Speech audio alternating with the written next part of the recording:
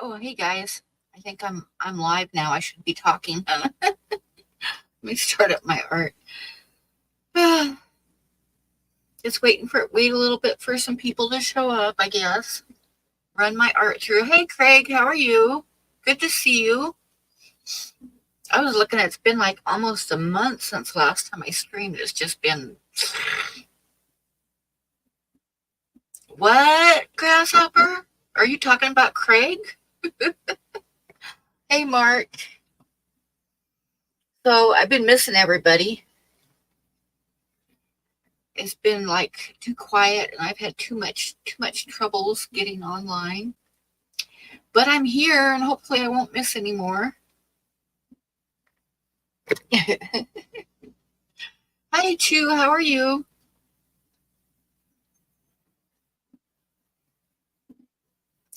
So I talked to Chappie a little bit ago and he might show up. He's at work, so it depends on how his internet is and stuff.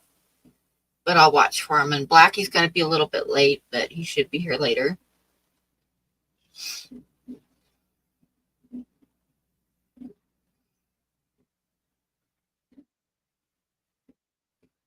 Yes, get your lollipop and take a seat. Oh.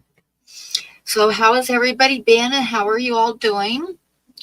I want to get Andrew up here if he shows up one of these nights when I'm streaming because I want to hear about the Bigfoot convention he went to and some of his paranormal experiences on the road. Hello, Harrison Tropicals. How are you? I'm just kind of letting some of my art run through while we wait and give people a chance to show up. Might not be a lot of people show up since it's been so long since I put out a stream. Yeah, I think we all want to hear about it. So I do want to get him up here. But all that crap with my internet going down, happened right about the time of the convention. And he was going to come up the day, like Sunday after the convention, but I didn't have any internet. It's just been exasperating. I'll tell you guys, it's just been exasperating. For those of you that don't know what happened to my internet, well, I didn't get it paid in time and they shut it off. And I usually pay, online on my computer and it's all set up to where I can just go in and and it's done. But of course I couldn't get online on my computer. So no, part of it's just being old and stupid, Grasshopper. That's a lot of my problems. Part of it is being in Laramie. I'll tell you about that pretty soon too. So anyway, I couldn't get online to pay my bill because I waited too long. So I used my phone. So, which I'm not accustomed to using my phone to go online that much. Sometimes, but not very often. Although it does have unlimited access and stuff. But anyway, so online on my phone, I looked up Spectrum Pay Bill. And a site came up with a little click thing where you click on the number and it automatically dials it for you. So I called and this guy answered and he asked me all the questions, my account number and all that shit and da. And then got my debit card info and all that. And he said it'd be back on within a couple hours. Well, it didn't come back on and it didn't come back on. And I checked my bank account and there was a $110 charge to some personal account in Texas. I fucking got scammed out of $110. So there I was with no internet and no $110. And I called the bank, which they couldn't do anything about it, basically. I'm not getting money back. And yeah. So then I was like minus $110, minus internet, and minus my debit card because they, of course, shut that off. So I've been waiting to get my debit card again.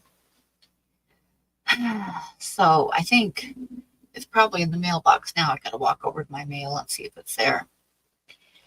So The other thing that's been happening that's just like so wonderful is trying to get to the damn post office. Now, this has to do with being in Wyoming because Laramie only has one taxi service because, of course, I don't have a car right now. And so I use a taxi. Yeah, it did suck, Mojo. It really sucked. And anyway, so I was trying to get the taxi. So last week I tried 3 different times. Friday I tried, like I finally got a hold of him Friday. And he said that somebody would be here in 10 minutes. And about an hour and 15 minutes later, they're still not here. And I just called and canceled because I didn't have time to get to the post office before it closed. So then the first couple of days this week, I wasn't feeling good. So I tried today to go to the post office. And I called that taxi 13 times. 13 times. And every time I just got a recording saying that that number wasn't available. So I've got to try tomorrow. And I'm getting damn sick of it. And it's because of the fact that Laramie only has one taxi service. So they just really don't give a fuck. Is basically what it boils down to because they have no competition. So that's what's been going on with me, guys. How is everybody doing here? No, I won't ever forget. Yeah, I tried 13 times. It's one taxi service. They have 2 different cars. The husband and wife drive them. And I just couldn't get through it all today. And the same thing happened to me last Thursday. Friday, I called and they never showed up. Last Thursday, I also called. And if I remember right, that was another thing where I called several times and I just got a recording saying that number wasn't available. And then I was looking back through my phone records and like on the 15th, I think was the day that I called and they said that they were booked up until after 5. So I had to give up that day. So yeah, it just sucks. Yeah, 13 times I tried to call to get through and I never got through. So yeah, I'll try again tomorrow. My plans are to go to the bank, go to the post office, and then go to the tobacco shop because I really damn it need a cigarette. And I keep thinking, oh, I'm going to get some tobacco and make some cigarettes. But no, I can't get a fucking taxi. So that's my life. That's my life.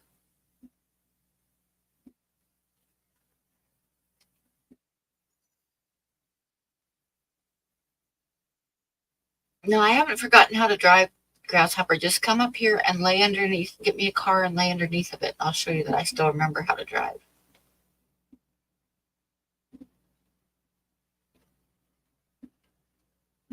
And earlier today, like about an hour ago, I was sitting here and I was like, I heard this funny noise outside and I was like, is that a tractor going by? And I was like, no, it doesn't sound quite right. And I was trying to figure out what it was. And then it dawned on me, it was a lawnmower. The first lawnmower of the season. Oh, that'd be cool to have one of those electric scooters, but I'd probably fall off and break my ass.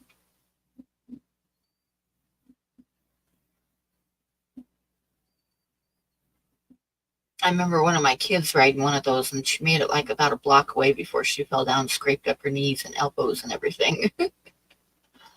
You know what would be cool, though, is one of those, but they're too expensive. But I could definitely do it. Hi, Jenny. Feeding your snakes cool, and how's your gecko babies doing?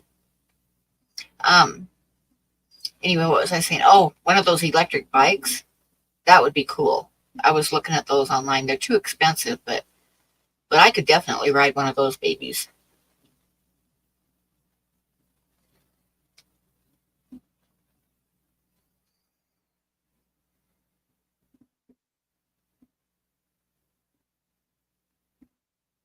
So does anybody want to come up and say hi? I know I've been watching the photographs of them. They are so darn cute. They are so darn cute. How many do you have now? I know you've had quite a few have been hatching. Electric bikes are overrated. I don't know. I'd still like to try one.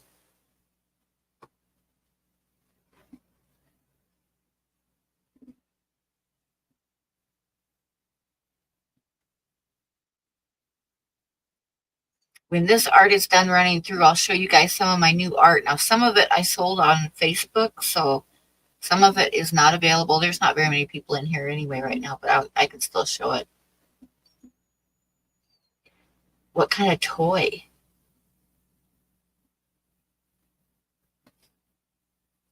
I could post the link. Andrew, hey, Andrew could come up and tell us about the Bigfoot convention. Oops, that was not what I wanted to do.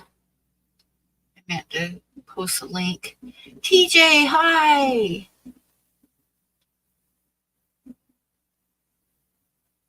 And how is the weather where you're at? It's like 90-mile-an-hour winds all day here with like 43 degrees. Now it's 37. I think it's going to get down to 32 tonight.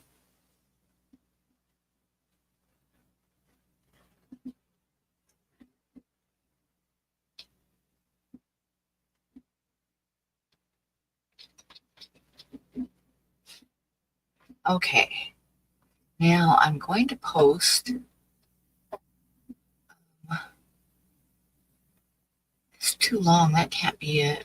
Hang on. I'm going to try refreshing. It might bounce me out of here for a second. Yeah, I'm going to get bounced out, but I'll be right back.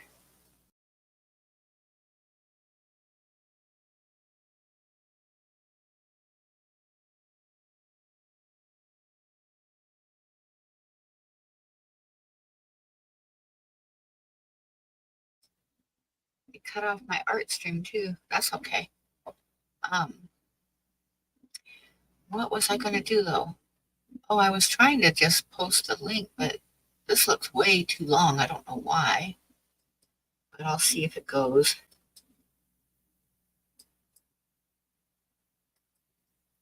I don't think that's going to work. It's way too long. Nope, it won't even post. So, no. Nope, that didn't work. And I don't know why it's doing that.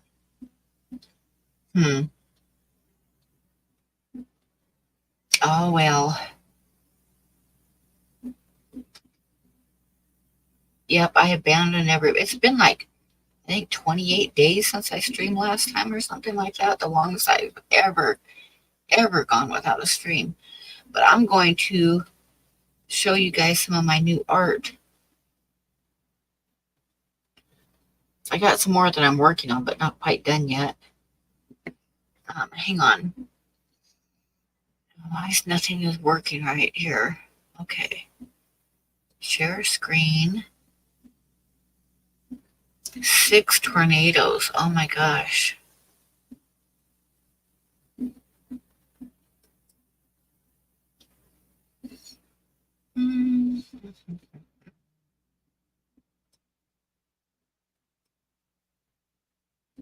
Okay, some of this stuff you've seen before. I think that you've seen this bumblebee before, and it's a little card, and it is still available. And the opening bid on it would be $30 or $20 for opening bid, I guess. It's one of the ACEO cards, and it's a bumblebutt. And then we've got the blue flutterby, which is also an ACEO card, and it is also available. The buffalo is available, and it is an 8x10 colored pencil on papyrus paper. And this is a cormorant, and it is a 4x6, and it is available with an opening bid of $50. And this is a 4x6 little egret. And the opening bid would be $50 on it. And this is a little card, which I might give away this one. We'll see if we get over 10 people in here for a while. We'll maybe do a giveaway on this one. It's a little sparrow, ACEO card, and another butterfly, a swallowtail, also available, and it is a card. And this one is a card. It is a Harris hawk, and it is available. Gosh, I'd seen that I had some stuff sold, and all I'm coming up with is available stuff, huh? Here we go. This is a 4x6 colored pencil with a watercolor background, and it is sold. There you go. There's a sold one. And this is an ACEO card. And I think this one's available. Yeah, this one's available. It's a little squirrel in a tree. And this sparrow is a 4x6. So the opening bid would be $50, and it is available. And this is an ACEO card, and it is available. And this one is another 4x6, and it is available. And this one is a cock, pheasant cock, and it is a card, and it is available. This one is a 4x6 of a pine warbler, and it is sold. And this one is a 4x6 of a raccoon, and it is sold. I'm just showing some of these because I haven't shown them that I sold before I ever showed any on a stream. So, and this is a ACEO card, and it is sold. And this is a 4x6 Wile E. Coyote, and it is sold. So that is my new art that I haven't shown yet, but it's ready. I've got some stuff in the works, but not quite ready yet. So, let me see here. A goose butt, yes, 2 goose butts, and a bumble butt, yep. So if anybody wants any of these things that are not sold yet, just let me know.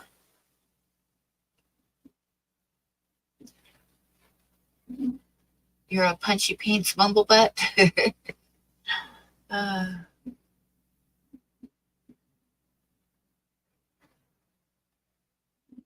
know he looks pretty sly, huh?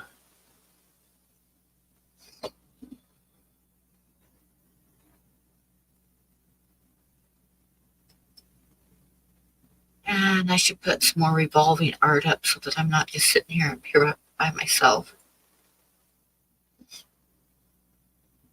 But we got to arrange a time for you to come up, Andrew. When do you think you might be available? I can stream about any night. Yeah, the toad is really cool in person too, but that one is sold. That's the only card that I have sold right now. And then I have 4 of the 4x6 drawings got sold.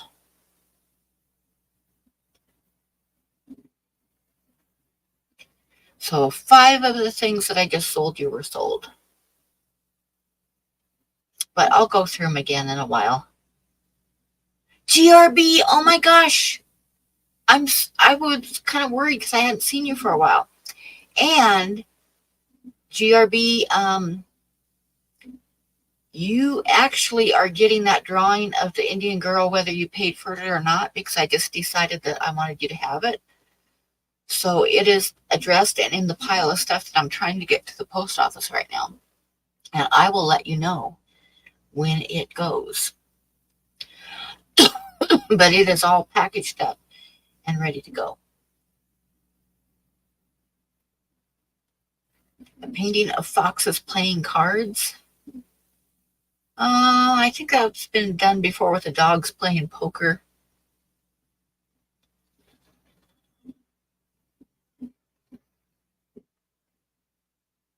Is GRB still in here? Hey, Vic, how are you? Hello, hello. Good to see you. Oh, I was going to put some of my art on beside me so that everybody doesn't just have to look at my ugly face while we wait and see if anybody can show up. Okay. Let me see. I'm going to present a video file. We did the big one. Let's do some ACEO cards. We'll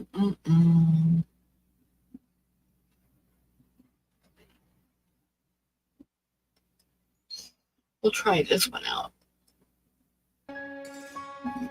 Let's shut up the music.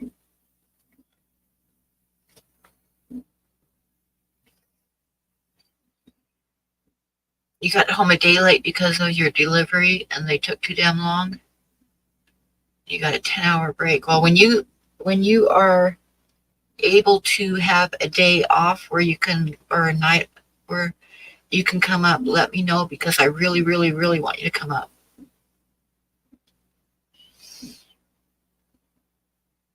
Well, it's up to you, GRB, but I decided that, I looked for you for a while and I thought, you know what? GRB is getting this whether he pays me or not. He's just going to get this. So it's like I say, it's addressed and packaged and getting ready to go. Oh my gosh, it has been so windy here today, Andrew. I mean, it was like severe winds all day today. It was really, really nasty out there. About 43 degrees, I think it got up to, and the wind was just howling all day. I mean, to where you couldn't even step outside. It was just like my screen door was banging all day and everything. It was just really nasty.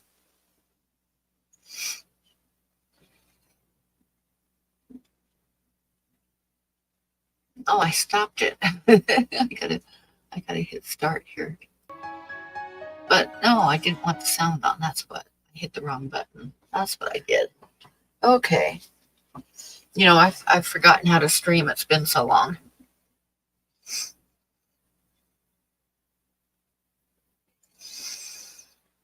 So we'll let this run through and then I'll show my art that's available one more time. And I would assume that Chappie must not be coming up because it's getting kind of late for him to show up now. And Blackie's should be here in a while, but he was going to be late because he had some stuff that he had to get done in town.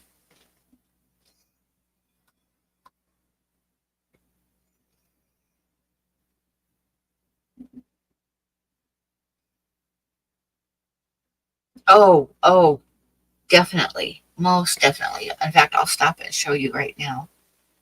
Let me see. I'm going to stop this and remove it, and I can put it back up in a second. But I'll show you because there is some good butts here.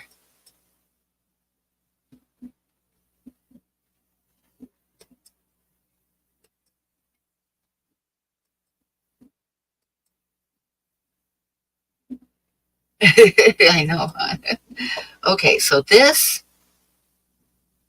is a 4x6, and it is, some of these are sold because, like I say, since my last stream, I sold some stuff on Facebook, but I didn't want to not show you guys at all. So I'm showing you some of them, even though they are sold because you hadn't seen them before. This is a 4x6 drawing, and it is sold. And this is an ACEO card, and it is sold, of the toad. And I called this one Toad You So. And this is a 4x6 drawing of a little raccoon, and it is sold. Like I say, you won't see them after tonight. I'm just showing them tonight because I sold them before I got a chance to show everybody. And this is a 4x6 of a pine warbler, and it is sold. And this is a pheasant cock and it's an ACEO card, and it is not sold. It's available. And this is Goose Butts, and it's a 4x6, and it is available. And this is a little seagull, and it is a ACEO card, and it is available. And this is a little sparrow male. It's a 4x6, and it is available. ACEO card of a little baby squirrel available. And a 4x6 of a squirrel, and it is sold. And this is an ACEO available of a Harris hawk and a swallowtail butterfly, an ACEO card available. And this is a little sparrow, and I'm probably going to do a giveaway on this guy. It's an ACEO card. And this is a horrible picture, but it's an egret, and it's a 4x6, and it is available. But I just couldn't get a real good picture of it. This is a cormorant, and it is available. It's 4x6.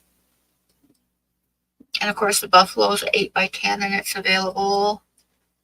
And an ACEO card of a flutterby, and it's available. And there you go, Vic, the bee's butt. I call it the bumble butt. And it's an ACEO card, and it is available. Because nobody wants a bumble butt, and I don't know why. Okay.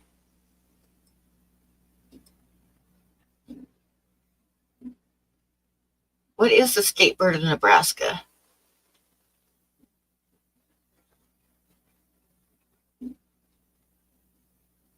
I need an intervention.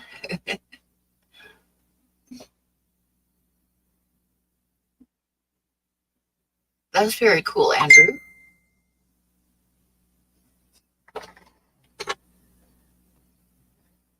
And I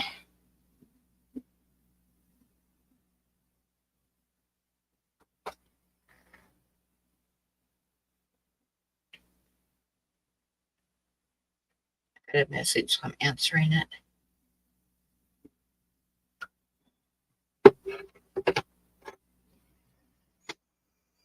Western meadowlark. I like meadowlarks. They're one of my favorite little birds. They bring back memories for me because of their singing. I remember camping when I was a kid out in the desert when we were hunting arrowheads and getting up at daylight, and there being like the strong smell of sagebrush in the air from being damp. It smells really good. And then meadowlarks singing in the morning. And it always takes me back when I hear a meadowlark sing.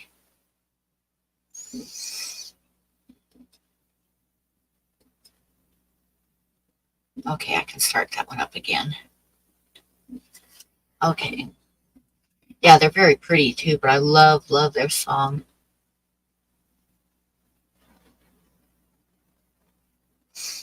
On Saturday, did I miss something? Are you going to be available on Saturday, Andrew?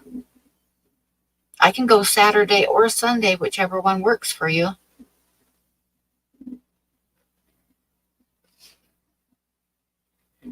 Let me see.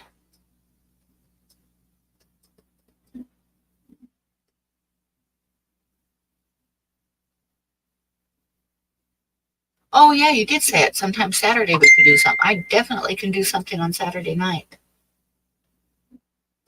I will try to send you a message on your YouTube channel, and we'll get it set up. Bumblebutt hoarding. Yep, bumblebutt hoarding.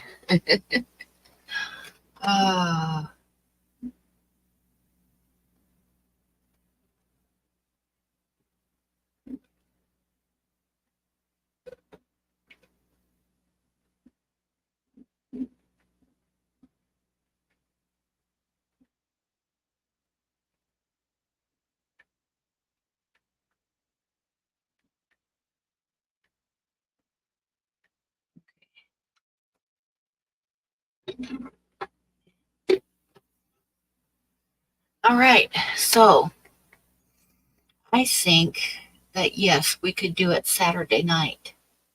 You want to do it Saturday night? Saturday night, Andrew. TMI Andrew show.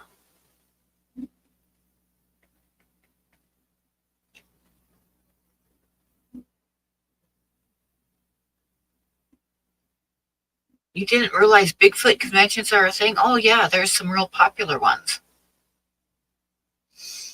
Um,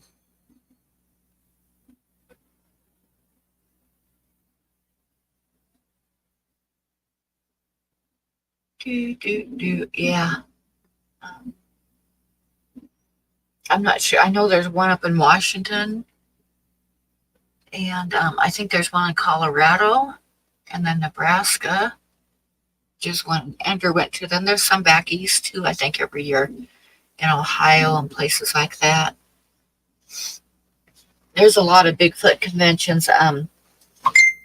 Different parts of the country, they call them different things. Like in Ohio, it's the Ohio Grassman, which is basically a Bigfoot.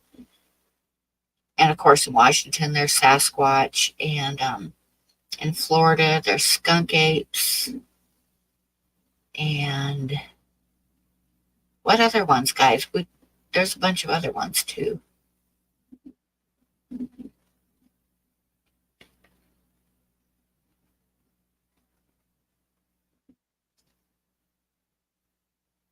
The bear butt is missing some hanging dingleberries. These are all what's showing now is just little ACEO cards, so they're not like super, super great drawings because they're so tiny. All right, we shall plan it on Saturday. I will get it set up, and I will be sending you a link. And what you do on the StreamYard links is you just follow the like connection things. If you're on a phone, it'll ask you a few questions, and if you're on like a laptop or something, it'll just take you right there. And then you just show up at the time when I'm here, and I just click on your little picture, and you get up on the stage with me.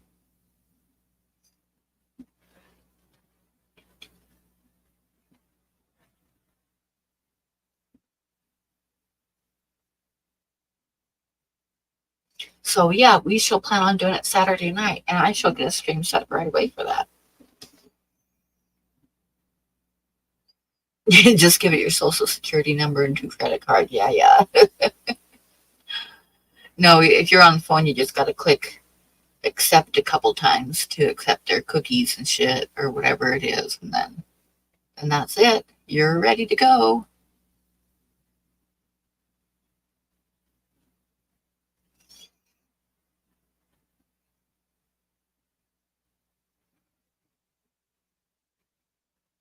And that would just be totally awesome.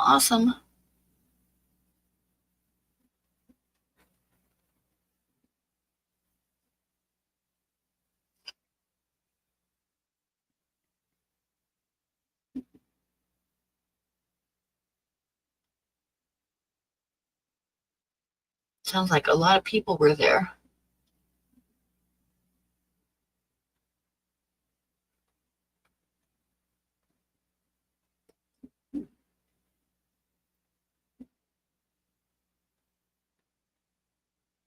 Okay. So what should I put up on the screen with me now? I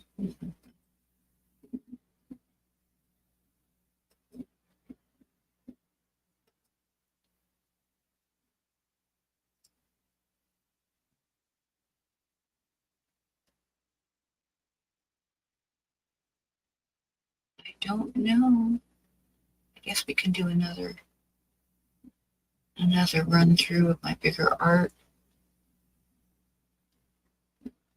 Yeah, there's all kind. Yeah, Texas has one too.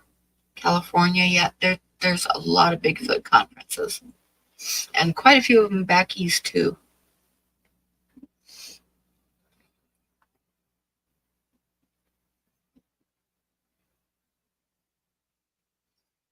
I was trying to think of other names for Bigfoot. I think in like Alabama they're called the boogeyman,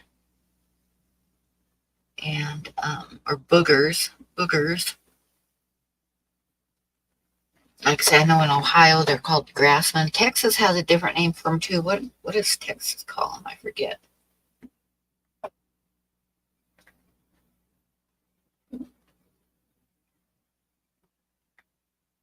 Hey, that'll work.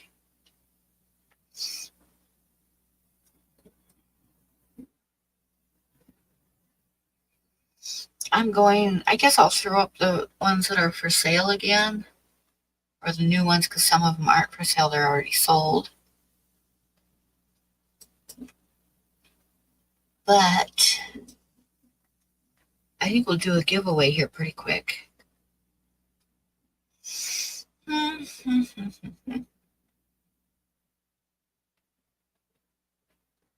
Okay. What was I going to do? Oh, yeah. That's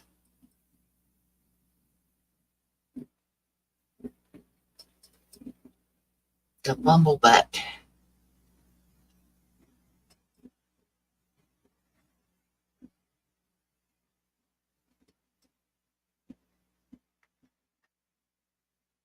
Sasquatch, Yeti, yep, skunk ape.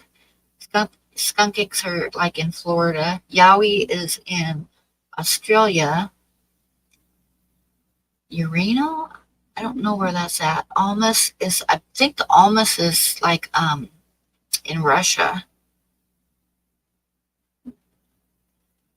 Orang Pendek, I'm not sure where that's at. I'm not. Bombable snowman.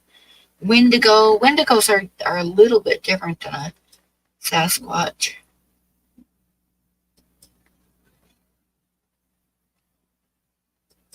If anything, I think Wendigos would be closer to like a they're like native witchcraft type thing.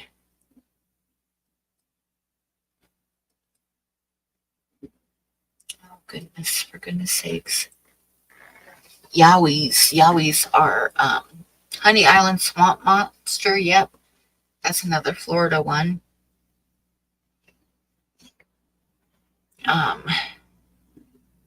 Like say Ohio has a grass man. Skunk ape, yes, skunk apes are in Florida.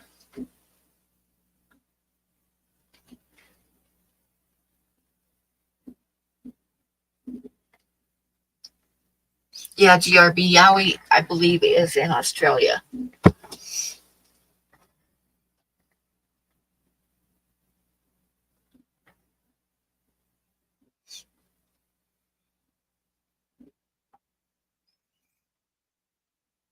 What was I gonna do? Oh, I was gonna do a giveaway. Oh, we've only got 5 people in here right now, though. We need to get up a few more people, and then we'll do a giveaway. Oh, thank you, GRB. Like I say, I had decided that was for you one way or another, but that was nice of you to send some money for it. That will help with the shipping and stuff. But yeah, it is packaged up and it's going one way, or it was going to go one way or another. So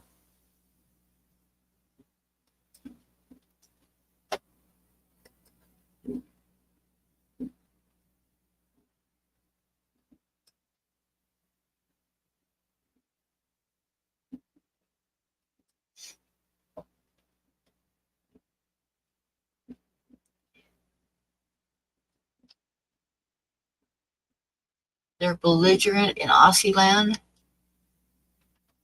From what I've heard, the ones from Florida are pretty belligerent too. And Texas are just downright nasty mean. Oregon and Washington, Idaho, Montana, it's kind of like a touch and go thing. They're usually they're not that mean. They're more shy. Alaska has the great big ones that are really bad, as in like 12, 14-foot ones. Brown Springs. Yeah, that's it. Mojo, Bigfoot, and Wendigo are two different things. The Wendigo is like a mythical, well, not some people believe that they're real, but they're like um they have antlers and like rotting flesh and stuff like that. You've driven through the Umatilla Bigfoot area. In Idaho, Bigfoot is Mormon.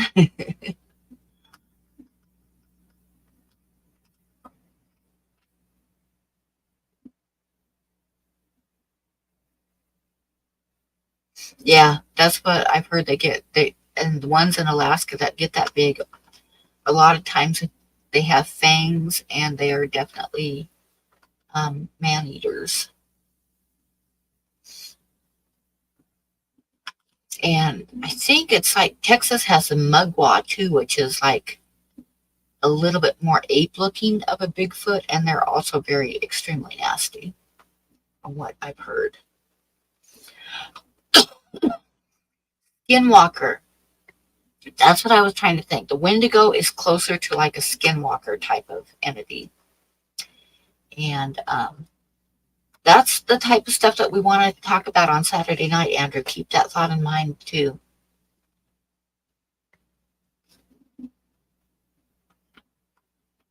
Because we definitely want to hear about that stuff on Saturday night. Oh, I can't wait. It'll be lots of fun.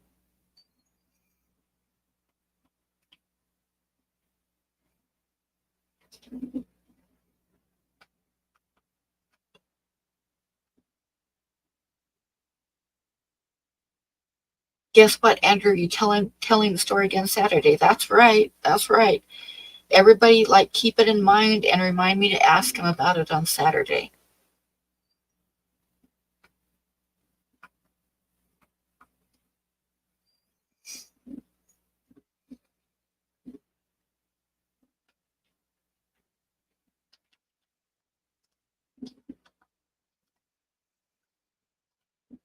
Okay, if we can get up close to 10 people again, because it's like, this is really sad. But if we can get a few more people again, we will do a giveaway. We're at 8. Should we go ahead and do a giveaway? Everybody throw in a vote. Do you want to do a giveaway? If we do a giveaway, it will be for to change this. This is a bumble butt, and it is available. It's an ACEO card. $20 opening bid on that. This is an ACEO card, a blue flutterby. This is an 8x10 colored pencil on papyrus paper. This is a 4x6 cormorant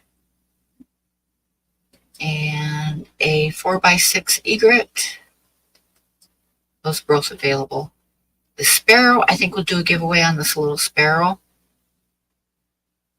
He's sitting on, it's hard to tell with the photograph, but he's sitting on a branch that's got snow on it. It's like a spring sparrow. And this is a swallowtail. It's an ACEO card available. A Harris Hawk ACEO card available. A squirrel 4x6 sold.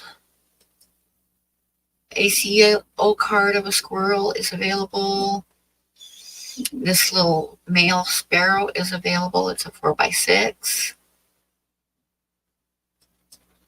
And this is a little ACEO card, and it is available. Goose butts, 4x6 available. And pheasant cock is an ACEO card, and it's available. This is a pine warbler, and it's a 4x6, and it is sold. And this raccoon is a 4x6, and it is sold. And this toad, I told you so, is an ACEO card, and it is sold. And this coyote is a 4x6. I love his expression, but he is a 4x6, and he is sold. So that that is what we have in those things. I never made it up to Maine when I was living on the East Coast, and I wanted to because I know it's really pretty. You can never get into Canada because you had weed on me one time. Well, shame for shame. You know where weed is not legal in any form, not even medical? Not even medical marijuana is allowed in Wyoming. Wyoming is just plain nada. Oh.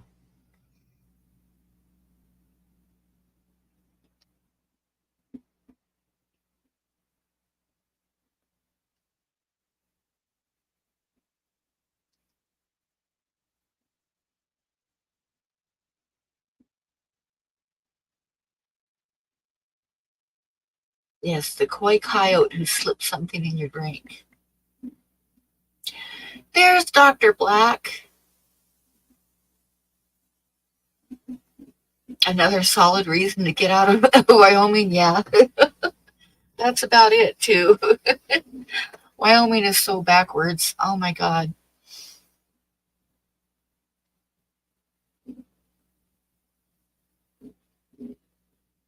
Wyoming is such a redneck state.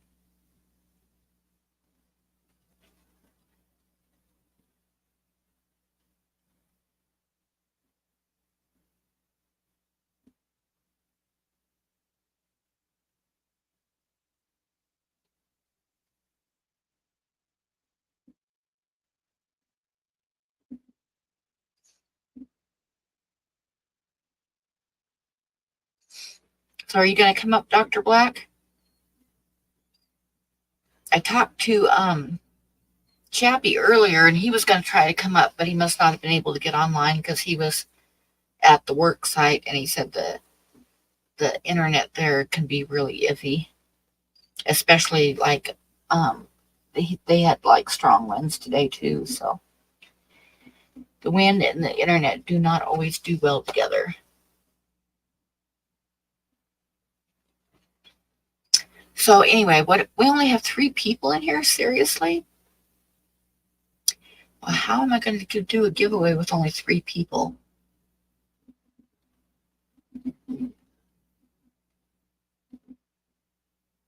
We need a few more people to do a giveaway.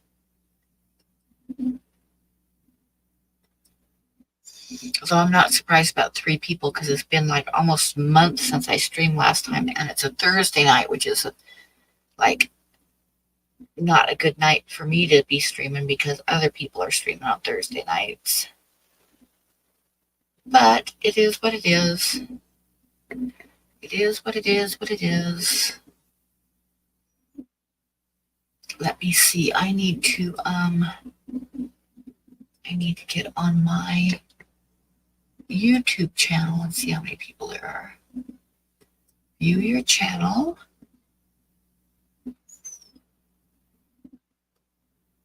And live streaming.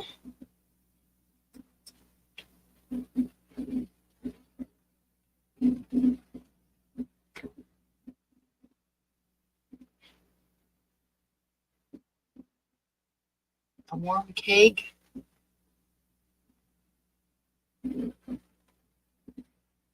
Yeah, the number dropped way down. I said I was going to do a giveaway and everybody left. Huh.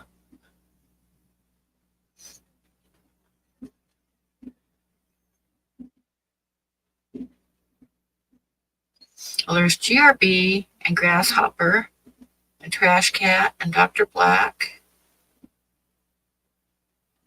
Is that the 4 peoples? Surely there must. Oh, see, now there's 7 again. What the heck? Oh, there's Blackie. Hello, hello. Hi there. How are we? Well, I'm doing better. It's just been another crappy day here in Wyoming. You are not going to believe this, but Laramie, like, really sucks if you're talking Wyoming and modern day not being here. There is one taxi service in Wyoming. It's a couple. They have 2 cars. The wife drives one and the husband drives the other one. I called them 13 freaking times today to try to go to the post office, and all I got was a recording saying this number is not available right now. Yeah. Okay. Yesterday, no, because I didn't feel good for the last couple of days. And Friday, I called them and I got a hold of them. It was like about 4 o'clock. And they said they'd be here in 10 minutes. And at 5 o'clock, I called them back and just canceled it because it was too late to go to the post office anyway by the time they picked me up. An hour. They said they'd be here in 10 minutes. And an hour later, I called them and canceled it. Then last Thursday, a week ago, it was the same thing. I tried calling all day and all I got was a recording saying the number wasn't available. And then there was a few days before that, I called them. They said they were booked till after 5 o'clock. And it's like, what it boils down to, Blackie, is that they are the only taxi service in Laramie and they don't give a fuck. They can operate whenever they want. Exactly. You got to book 6 days in advance or something. Yeah, well, I'm going to start again tomorrow morning calling them like every 10 minutes till I can get through. Either till you get through or your number gets blocked. Yeah. I think that Uber is just starting to come into Laramie. Oh, yeah. Uber service, but the problem with them is you got to book them like in advance, and they're really expensive. Yeah, no doubt. Like way more expensive than taking a taxi. But if I can't get through to the taxi service, I might as well pay more and do the Uber so I can at least do it. Hey, June, how are you? Lovely to see you. Oh, Blackie, you got to mark this on your calendar. Saturday night, we are going to stream, and Andrew is going to come up with us, and he's going to tell us about the Bigfoot convention that he went to in Nebraska, and he's going to tell us about the time that he had an experience on the road with a skinwalker and other like paranormal things that he's had happen to him while he's been out driving truck around the country. You said skinwalker, right? Not streetwalker. Skinwalker. So that's going to be Saturday night, and that's going to be fun. It's going to be a fun stream, so you should mark it so you can join us. I shall certainly try. Okay. And how's everyone been? It's been ages. It has. I was surprised myself when I looked and I saw it had been like 24 days since last time I streamed. I was like, oh shit, there's going to be nobody show up tonight.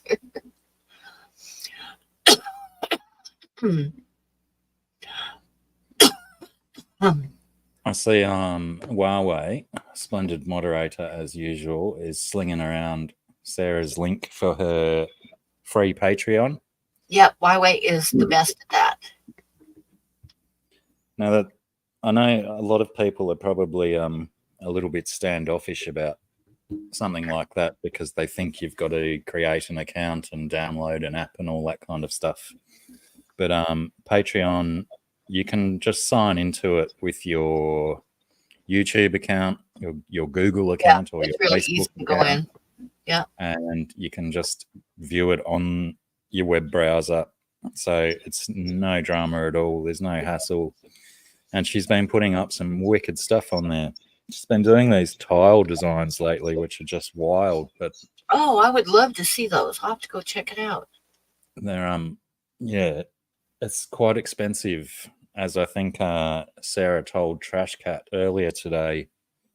That it's quite expensive to produce a single tile. So if you want to do proper ceramic tiles, they look fantastic in my bathroom. I know that much. But yeah, very expensive to produce individually. So we're thinking about looking into a, somehow to get them mass produced. Probably have to do it in Asia or somewhere like that. Yeah. or find a a major tile manufacturer that might be into her work. Yeah, that would be awesome, though, wouldn't it? I mean, that Fully. would be really cool. I could see him like in a backsplash in the kitchen with a line of them going, with this, like black and white tiles, and then a line of her Yeah, true. drawings. That would be just totally awesome.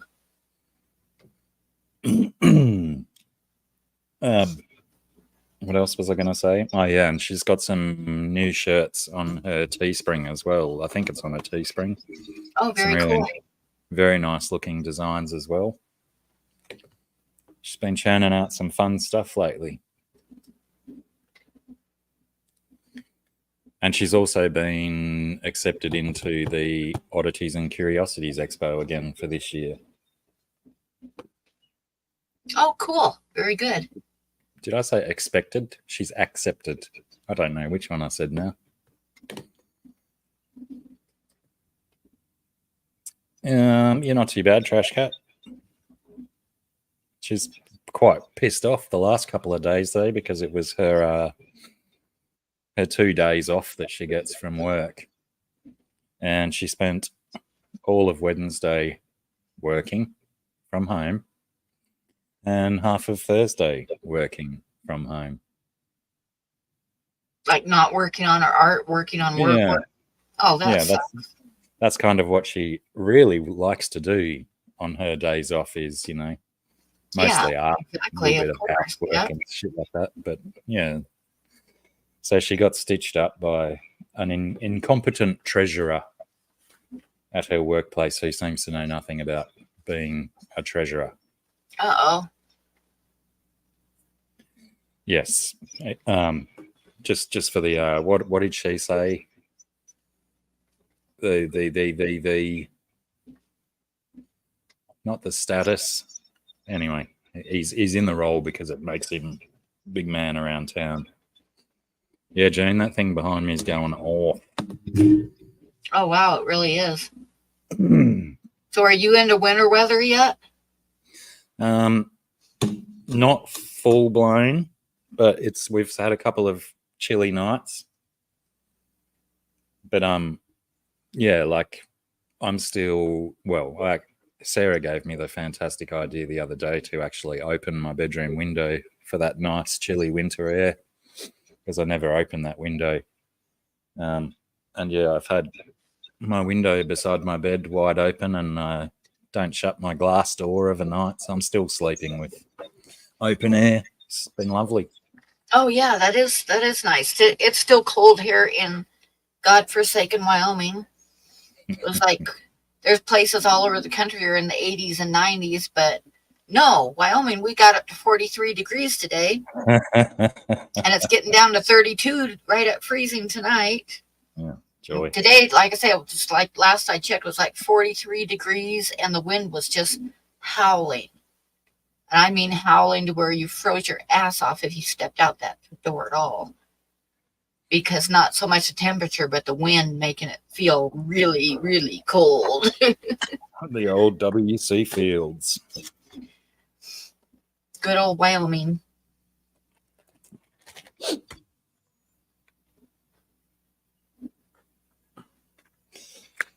I saw, I'm going to try to say this without getting political at all, but Wyoming is a very red state. And I saw petitions going around where they're trying to pass where there's absolutely no abortions at all in Wyoming and absolutely no sex change operations at all, to where like a doctor even thinking about giving like shots can get put in prison. It's like, oh my God, Wyoming is such a state. Such a state. They're really narrowing down the type of people that they want to live there, isn't it? Yes, yes. I'm sure that they don't like me at all either.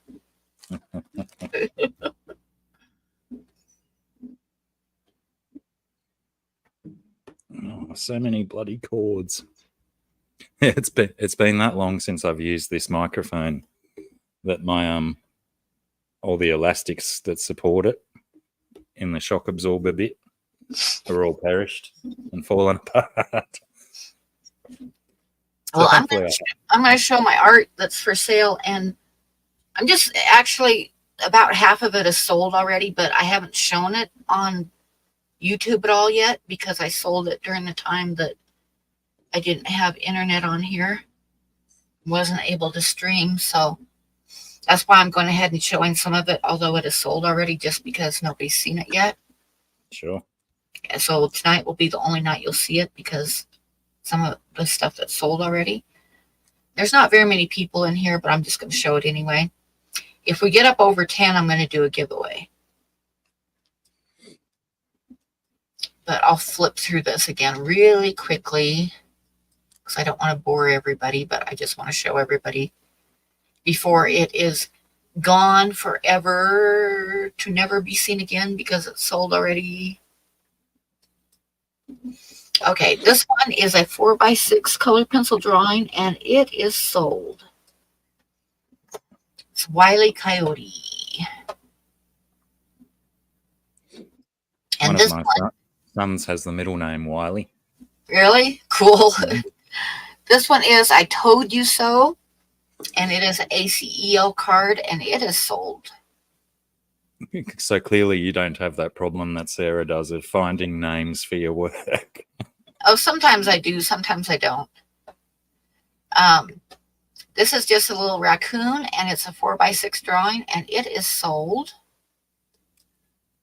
This is a pine warbler, and it's a 4x6 drawing, and it is sold. And this is a pheasant cock. I was just going to call it the cock, speaking of names, but I decided I should call it pheasant cock. Zoom in on it. And it is an ACEO card, and it's available. And this is a 4x6 drawing of goose butts, and it is available. And this is an ACEO card, and it is available. And this is a male sparrow, and he is available. He's a 4x6 drawing. A silly bird sitting across the stick the wrong way. Yeah, huh? This is a little squirrel ACEO card. It's actually better than it looks, and I could not get a good photograph of this one. I tried so many times, I just gave up. But it's a little ACEO card, and it's available. And this is a 4x6 squirrel, and it is sold. And this is a Harris hawk, and it's an ACEO card, and it is available. And a swallowtail card, and it's available. A sparrow, and if we get up to high enough numbers, I will give it away. And if not, we will just give it away on Saturday night. And this is a 4x6 egret, and it is available. I missed one. The cormorant. We flipped over it. That's a 4x6, and it is available. This, of course, is an 8x10, the buffalo on papyrus paper, and it is available. And a blue flutterby ACEO card, and it is available. And the bumblebutt. And the bumblebutt is available. And that is what I have been doing, some of what I've been doing while I was not streaming. So,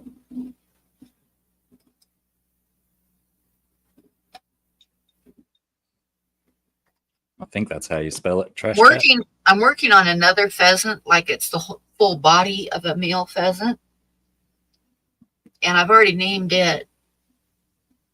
What would you name a full body pheasant male? And he's walking through the tall weeds.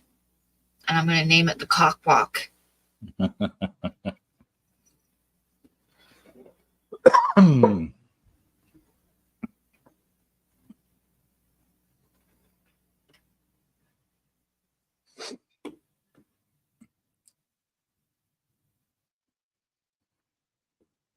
So what have you been up to, Blackie?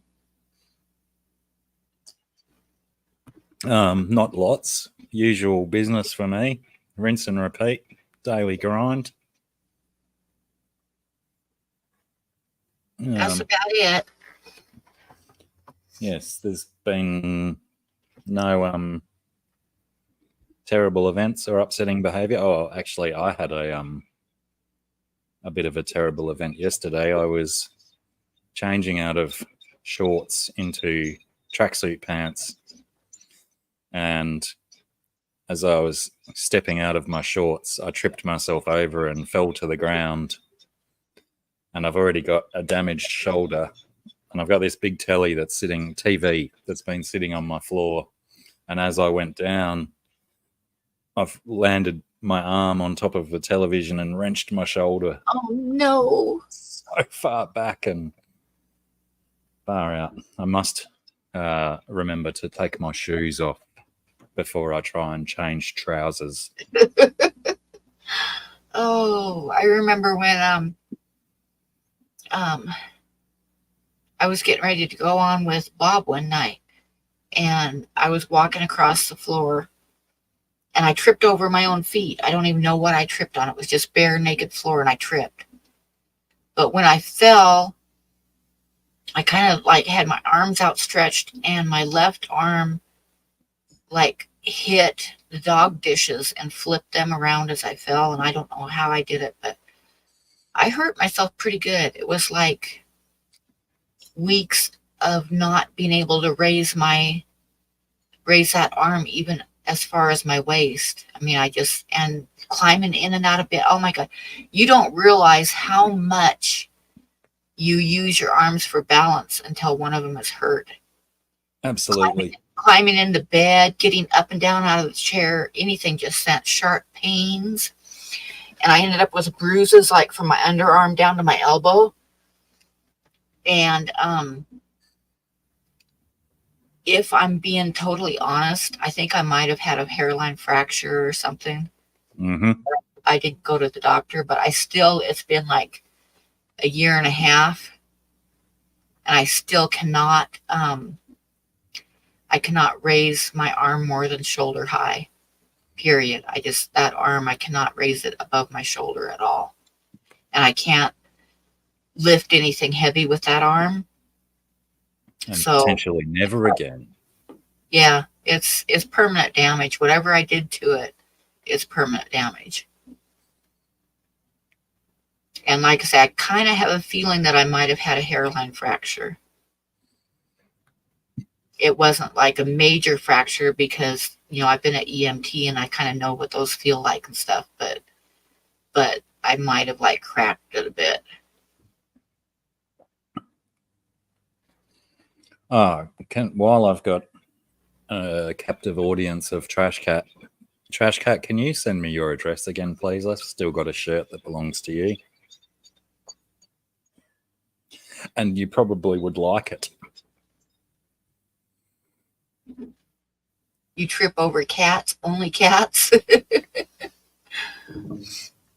Yeah, the whole thing was kind of like I said, whatever I did to, and I couldn't, for the longest time, I couldn't hold, it still hurts when I do it, but I couldn't stick my arm out like that either. It had to be right up tight against my body, and like getting a t-shirt, like slipping it over that arm and trying to get it up, and then put the neck in, and then the other arm. It was just, everything was a total pain. But like I say, you don't realize how much you use both of your arms for balance, like standing up and sitting down and all that stuff that you don't think about using your arms, but you are, because when you hurt your arm and it hurts, you know it. You know how much you use that arm. Like Kiss famously said, you don't know what you've got till it's gone.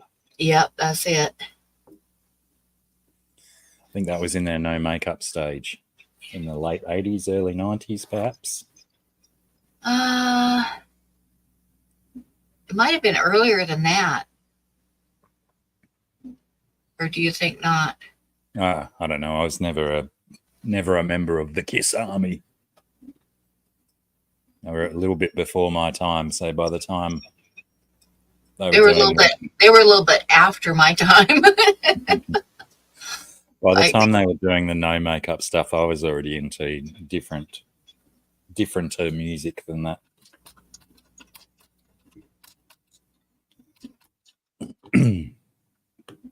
seems like somebody else did that song first. Oh yeah, I could be completely wrong. Maybe it wasn't even a Kiss song.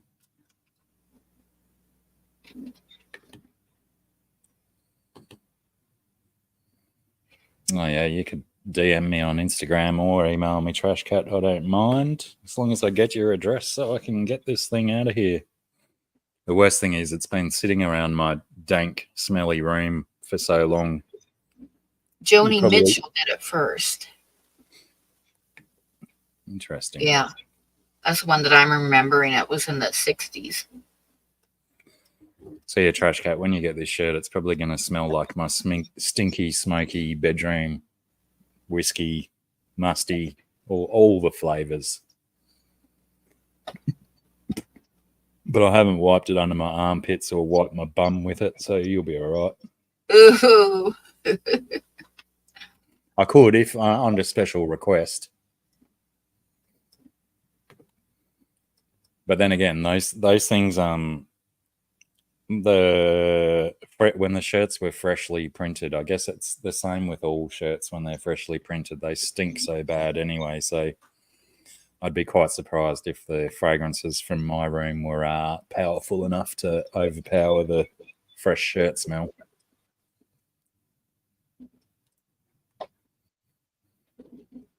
Yeah, bursitis sucks, GRB.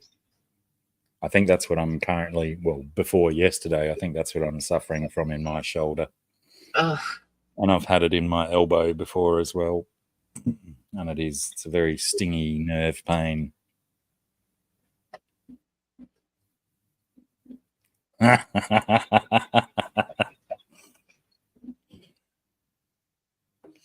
I'll make you one up special, Huawei.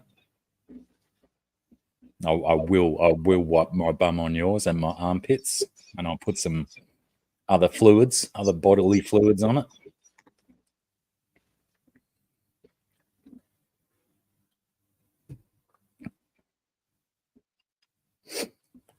There's some imagery no one needs or wants. Brushing curly hair is an art, isn't it though? Look how mine's superbly brushed today. This bit up here just doesn't want to behave. We've had just stupid weather the last few weeks. So yeah, my hair looks different every single day because of the different weather conditions. And I don't wash it. I haven't washed my hair for nearly a year now. It's healthier than it's ever been. Just brush it twice a week. Sometimes just once a week. But I'm starting to need a brush with a longer handle, because I'm using one of those one of those ones that just fits in the palm of your hand. A curry comb, we call them. Yeah. But yeah, I need one with a handle so I can actually reach the long stuff. I was close to cutting it off over summer. Got pretty gross, the temperature-wise. But then I thought, nah, I'm going to need it for the winter. G'day, Sterlo. Yeah, rake. That's probably what I need. Or I need to do like one of those, those machines that cows can rub up against and scratch, and it's like a spinning brush. Oh, yeah. Need a wall-mounted brush or something that I can just walk past and go until it's done.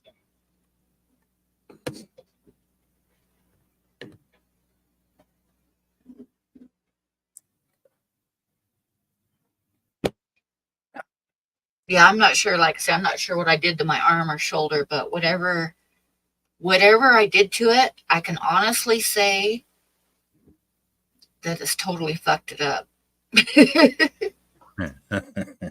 It's fucked permanently. I mean, obviously, because it's totally healed in a year and a half, and it's like I still can't raise it above my shoulder or stick it straight out or pick up anything heavy with it. But I have an old bed it's an old brass bed, and I traded it for a drawing when I was about 19 years old, but it's like I found it one time in like an old Sears and Roebuck catalog from like 1895. So it's a very old brass bed. But the thing about those old beds, if you've never had one, is they sit up really high off the ground. Like if I stand up next to it, the top of the mattress is above my waist. Mm-hmm. They sit up really high, and it's like from the floor to the bottom of the bottom mattress is like 18 inches, which modern beds don't sit up that high. But climbing in and out of bed with a hurt shoulder or arm that you can't even like put any pressure on at all is basically like grabbing the rail with my good hand and throwing myself onto the bed and then wiggling around until I can lay down in extreme pain. Dipping, oh, Scotch finger biscuits. That sounds good. That sounds really good. What about the chocolate covered or chocolate dipped ones, GRB? They'd be nice in coffee as well, putting a little bit of extra chocolate in your coffee.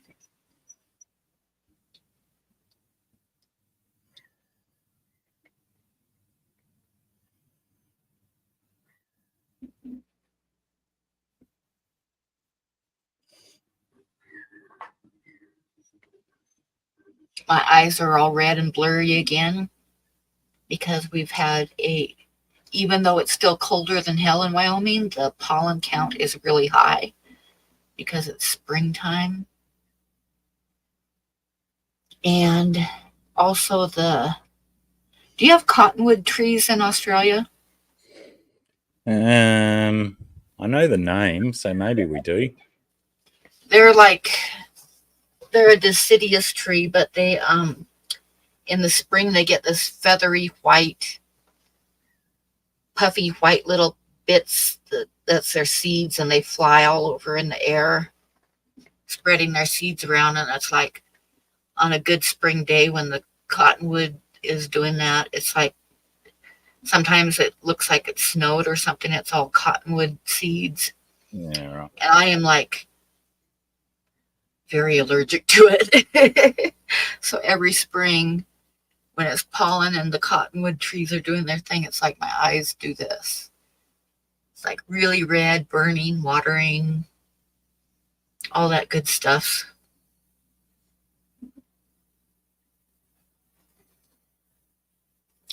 I remember one time and cottonwood is everywhere because I'm not even sure if they're a Native American tree, but farmers plant them because they're very fast growing. So they make a very fast growing windbreak. Yeah, right. So they'll line the fields with cottonwood trees. The thing is that once they're full grown, they aren't that good of a windbreak because they'll tip over. They've got shallow roots, so the winds can like knock them over. But what get pretty leggy and branchy, don't they, as well? Yeah. And what the farmers will do is they'll plant a line of cottonwoods, and then they'll plant a line of evergreens right behind it. So by the time the cottonwoods get big enough to blow over in the wind, they've got the evergreens to take over as a windbreak because the evergreens grow a lot slower. But one time years ago, when my kids were babies and we were moving from the Dalles, Oregon up to Othello, Washington, and we had a cottonwood tree in our front yard, and that the cottonwood was so bad that year that there was like 6 inches of white fluff on the lawn. I mean, it like totally covered the grass and everything. And my eyes got so bad and my throat almost swelled shut. And I was so glad when we got out of there, we moved. And we got up to Eastern Washington, which was about 2 weeks behind Oregon in weather. And 2 weeks after we got there, the cottonwood started blooming up there. So like, yay. Upper 80s. Oh my God. I think we're going to get up to 50 tomorrow. Maybe not. Or 48, something like that. And yes, cottonwoods are native to North America. And are they? Okay. They seem to, they're not considered a noxious weed here, but they're certainly, they obviously have been used in the past for urban growth and stuff like that, but now they're being pulled out and replaced with natives and ground covers and stuff. Yeah, cottonwoods they're not the best tree because, like I say, they grow really fast, but they aren't stable. They've got a real shallow root system and are easy to tip over and pull their roots up out of the ground and stuff. They're kind of a trash tree, but they're everywhere because, like I say, the farmers plant them to use as windbreaks because they're fast growing. And fast spreading too, probably with seeds like that. Yeah. Yep.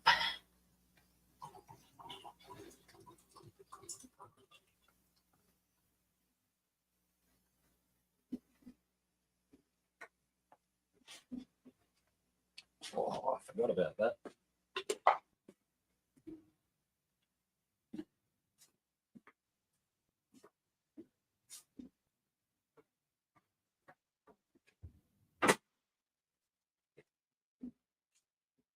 Well, I have to say, tonight's been kind of quiet, but it still feels really good to stream because you guys happen to be my only socialization. It's like I don't talk to my neighbors or anything, and I don't leave the house much, so my whole social life is YouTube. So, and it's been a long time since I had a stream, so I haven't talked to anybody. So it feels good to kind of sit up here and just like have diarrhea of the mouth.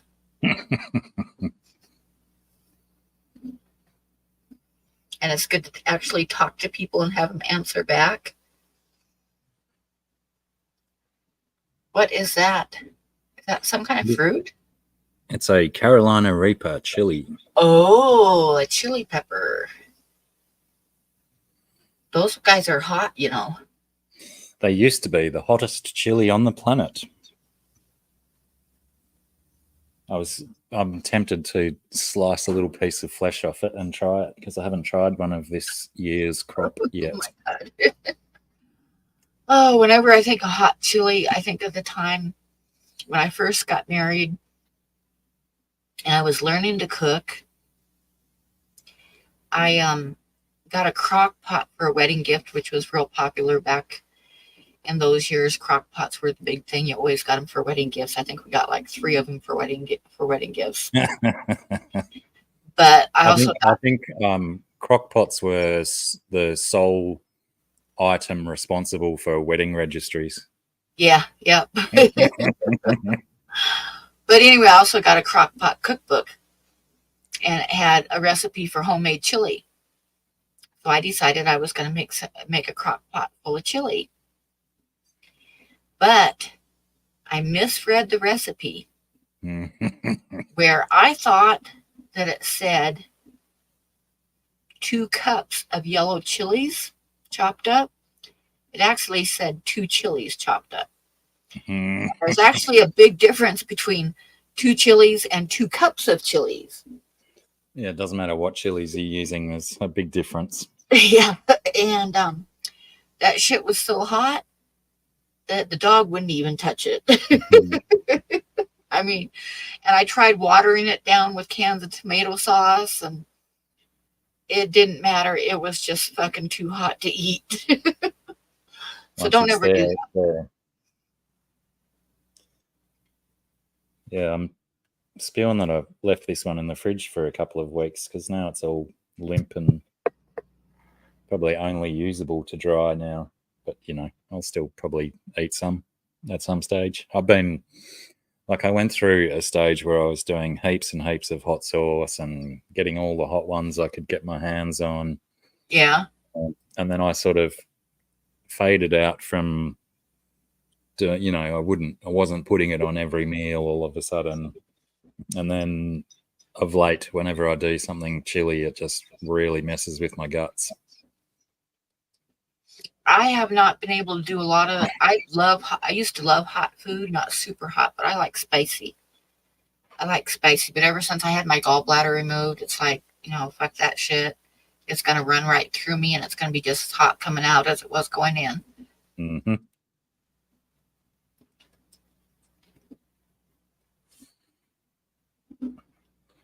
I like your encouragement there, Huawei. Subtle, very subtle. What did he say? He says, "Oh, you're good. I heard if you leave Carolina Reapers in the fridge, they become not spicy anymore." I haven't heard that. He's trying to trick me. He's trying to trick me. Did you see what I posted on Facebook today? For some reason, the limp chili reminded me of this post that I made on Facebook today. So hold on, because I'm going to show it to you. Don't even ask me why your limp chili reminded me of this,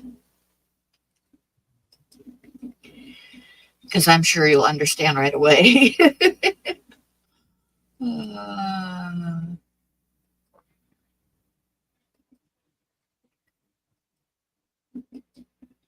There.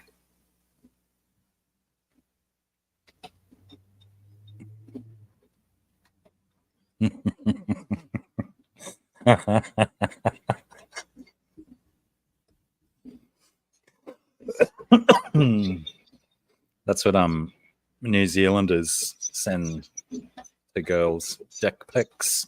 Yeah. Unsolicited dick pics. I know some New Zealanders who like to go and sit on the big back dick. I don't think I did that one right. Big back dick.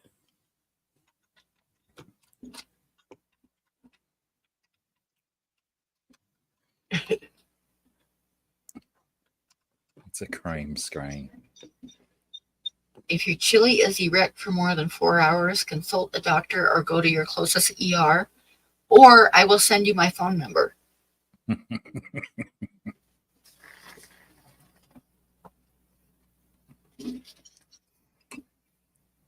Yeah, why haven't they used that spider venom in dick pills? There's some spider that if it bites you, you get a raging boner for like days. Really? Yeah, I think it's a type of tarantula. Oh. Huh. But yeah, it becomes incredibly painful after a while because it just doesn't go away. But why aren't they modifying that chemical in medications for dudes who just want to stay rock hard for hours?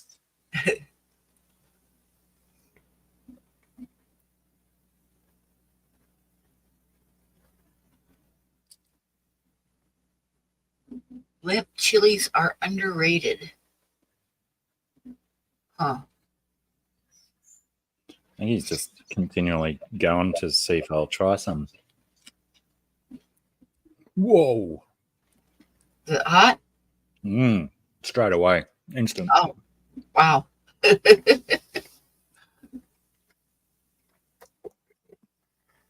Jesus, I ate too much.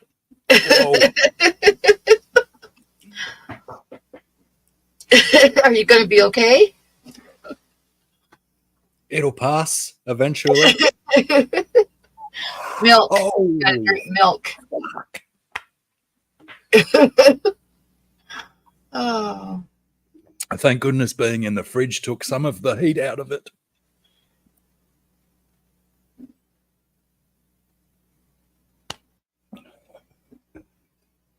You need milk. Milk. No, I don't think that works.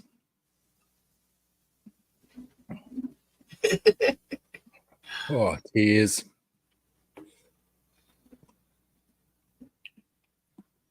Oh, he's now. Oh, no. You suck, Huawei. You suck, Huawei. You peer pressured me into doing it. It's all his fault. It's your fault, Grasshopper. I'm glad I took a small bite.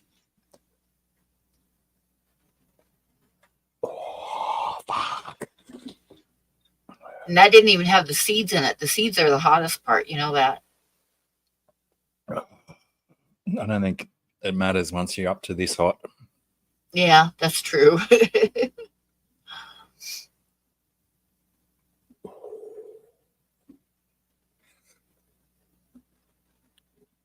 Wow. I didn't actually expect it to be that hot.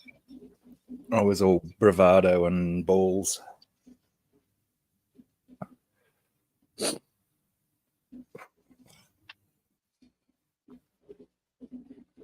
There is a few seeds in there, though, so at least I can try and dry.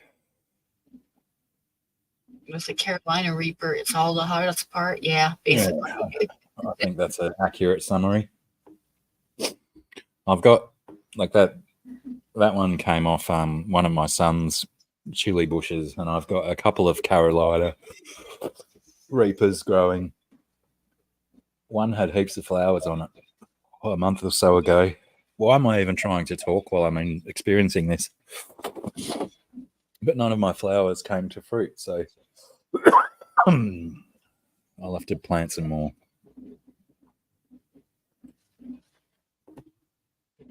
Whoa, far out. Sweet barbecue chip. Was it hot? Blackie had some hot chips there one day with your son, didn't you?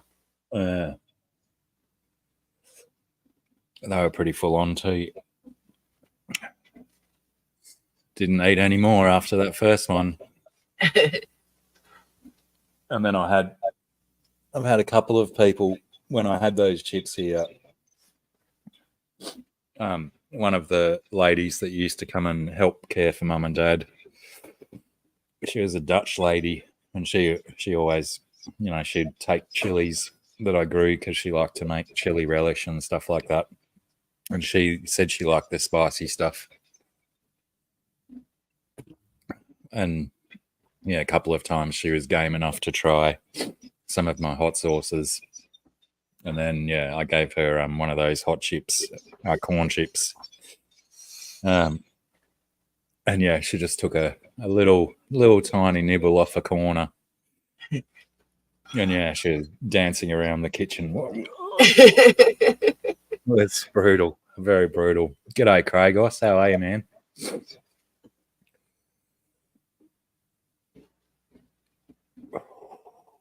Oh. It's already starting to subside, though, which is good, and I didn't expect it to subside that quickly. But it's still there, pretty big on the back of the tongue, mostly at the minute. Oh my goodness, June, that sounds miserable.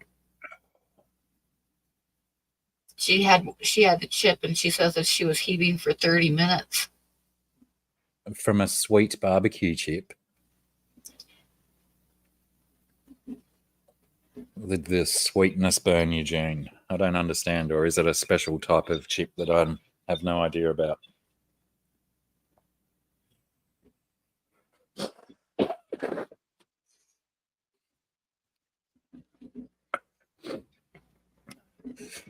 Not the first time people have seen me cry on stream. She said it wasn't sweet. Oh, well, you said a sweet barbecue I remember chip. years ago, my older brother, Bill, and my brother-in-law, my sister's husband at the time, they had a contest. Him and Bill had a contest to see who could eat the most chilies, yellow chilies. I think they were yellow chilies at the time. This was before the really hot ones were out. But they had a contest to see who could eat the most. Like raw chili? Yeah. The little yellow ones? Yeah. Oh, and my brother won. But my sister-in-law told me the next day, she said, yeah, they were just as hot coming out as they were going in, and he doesn't have any hair on his ass. I think they call that a Pyrrhic victory. If anyone's familiar with that term, PYRRHIC. It means a victory with devastating costs to the winner. Yeah. You win, but you lose.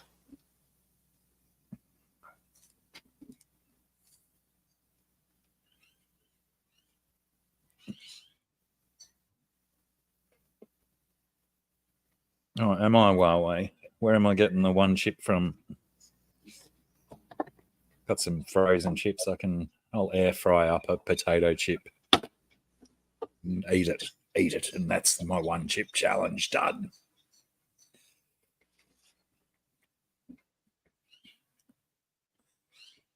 Nice flavour on the Reaper though. It's a little bit sweet to balance out the salt of the tears.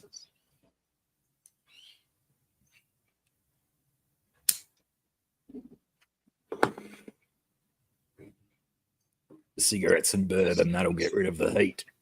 Oh, yeah, I want a cigarette so bad. And I was like, it's been a long time since I had any tobacco. And I was like planning, oh, God damn it, Blackie. And I was planning on buying some tobacco today when I got back from the post office. That I never made it because I called the fucking taxi service 13 times and they never answered. Well, you've got them to thank for when you don't get lung cancer then. Oh, yeah, right. I'd rather, hey, I'm going to be 69 in a month and a half. Up top, my brother. In joke. So bring it on.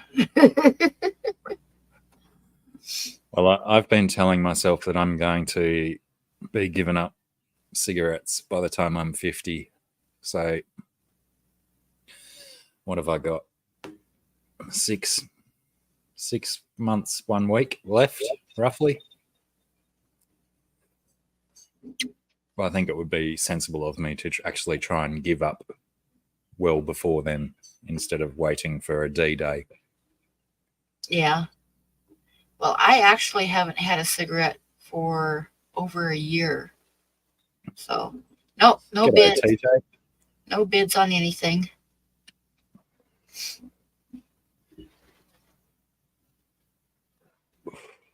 And there's Jenny Lynn. How are you, love? All those Today people is Hubby's 65th birthday. Love a younger man. Yeah, I'm going to be 69 at the end of June. 69, which is a good number, but not when you're talking about age.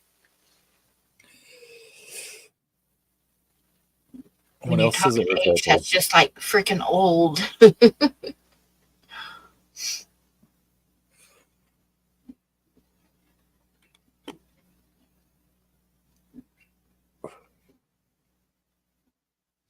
Bunny as well.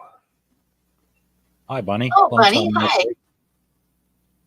Good on you, Huawei. I shall use you as inspiration. You quit smoking last October. I quit smoking the October before last. So it's like a year and a half. Was it by choice, though? No, it was by being broke.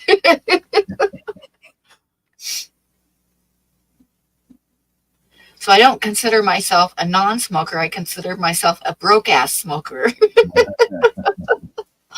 Well, you should thank yourself. Thank your lucky stars that they're still reasonably priced in your country because it's fucking ridiculous. Oh, here. I know. I've heard before how freaking expensive they are there.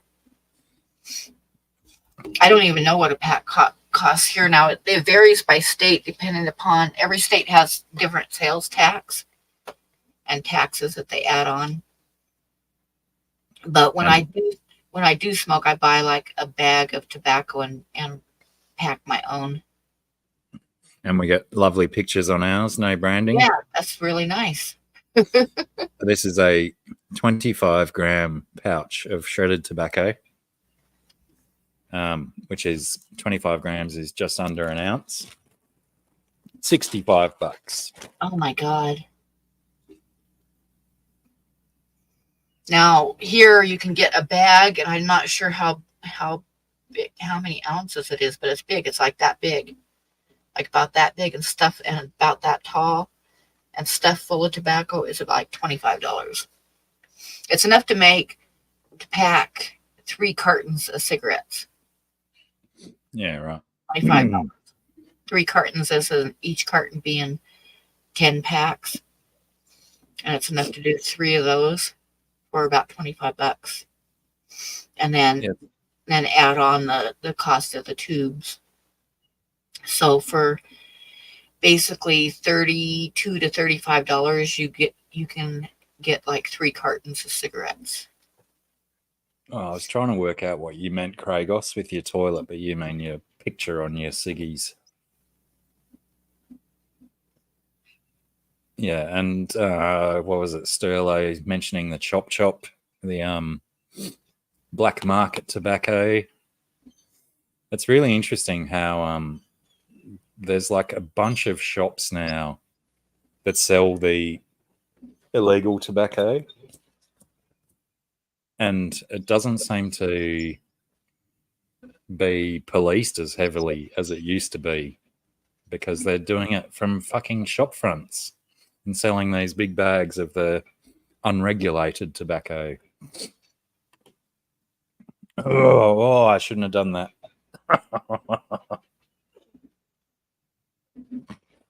All that just sent new hotness down my neck.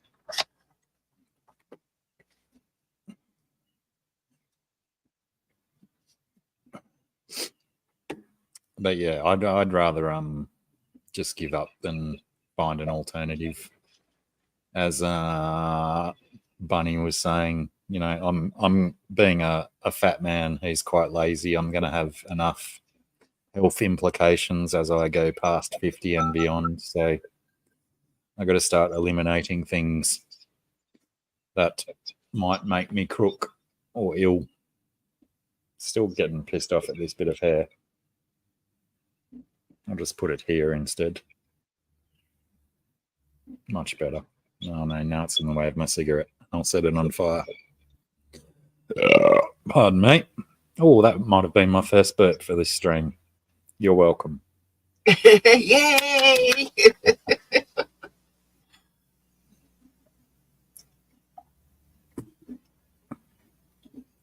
Yeah, when I lived in Massachusetts, I wouldn't even buy cigarettes. I mean, this was in 2009. I moved to Montana from there. So like 2006, 2007, they were like $8.50 a pack then for cigarettes in Massachusetts. And I used to get them on the Indian reservation there for like $3 a pack.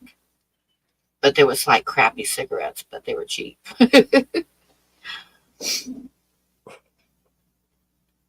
Yeah, but like it varies from state to state, because when I left Massachusetts, and like I say, they were like $8.50 for a pack then, and then when I moved to Montana, they were like $4 a pack. So state to state, it varies on mostly on how much tax they put on them. Sorry, I forgot to answer Trash Cat's question too. She asked me when I started smoking. As a teenager, but only like I'd only smoke a cigarette when you could pinch a cigarette from someone. I wasn't buying my own smokes really, but I had some cousins in Sydney that their parents were pretty lax with them, and this is back in the day when, you know, kids could walk into the shop and say, "Oh, I need to get a pack of smokes for my mum. My mum wants to see." Yeah, I used to go to the store and get like cigarettes for my dad when I was a kid. So yeah, when I used to, you know, whenever we'd go and visit with them, I'd smoke ciggies with them. I can still remember the first time I came back from a smoking holiday, and came back to my friends at my school saying, "Oh, I was smoking ciggies with my cousins in Sydney," and I can still remember the face on one of my friends who was just so disgusted with me for smoking. And, you know, he already knew. He already knew they were no good. They used to have, when I was a kid, see, things have changed so much since I was a kid. They used to have candy cigarettes. Yeah, they were called fags. Candy that looked like candy. I mean, they were literally candy cigarettes. And I got some one time, and I was eating one on the way home, and my mom happened to drive by and saw me and came to a screeching stop and came running back to scream at me for smoking, and it was candy. Oh. Yeah, they were called fags here, FAGS. And then when fag became quite a derogatory comment to call someone, they renamed them fads, FADS. And then when smoking became, a terrible and nasty thing to do, I think they banned them completely and they stopped making them.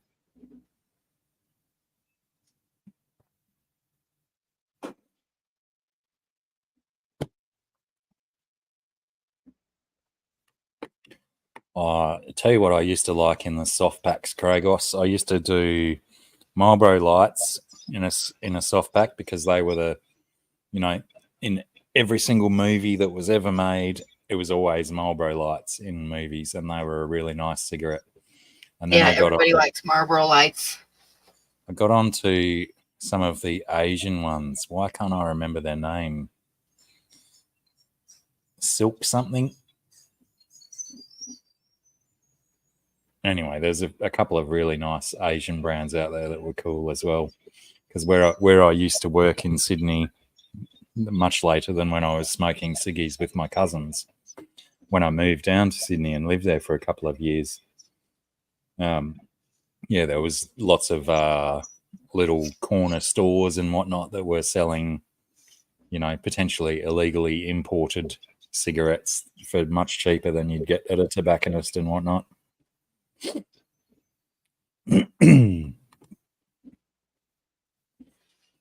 Now everybody think that vape is just as bad as smoking cigarettes. Yeah.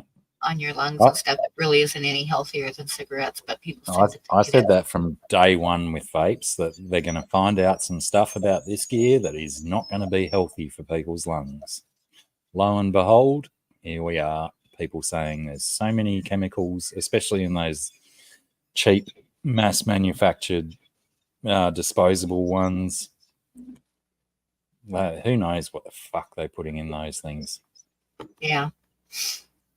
When I worked at the convenience store, though, one of my favorite things that happened, this was only a few years ago, and when you're working at a store like that, you have to be really careful because they do the police department does stings all the time where they send in undercover cops and they'll have like a person that's just barely not old enough to buy cigarettes, and they'll send them up the counter, and if you don't check their ID, not only will the store get about a $2,000 fine, but you will get a $2,000 fine and jail time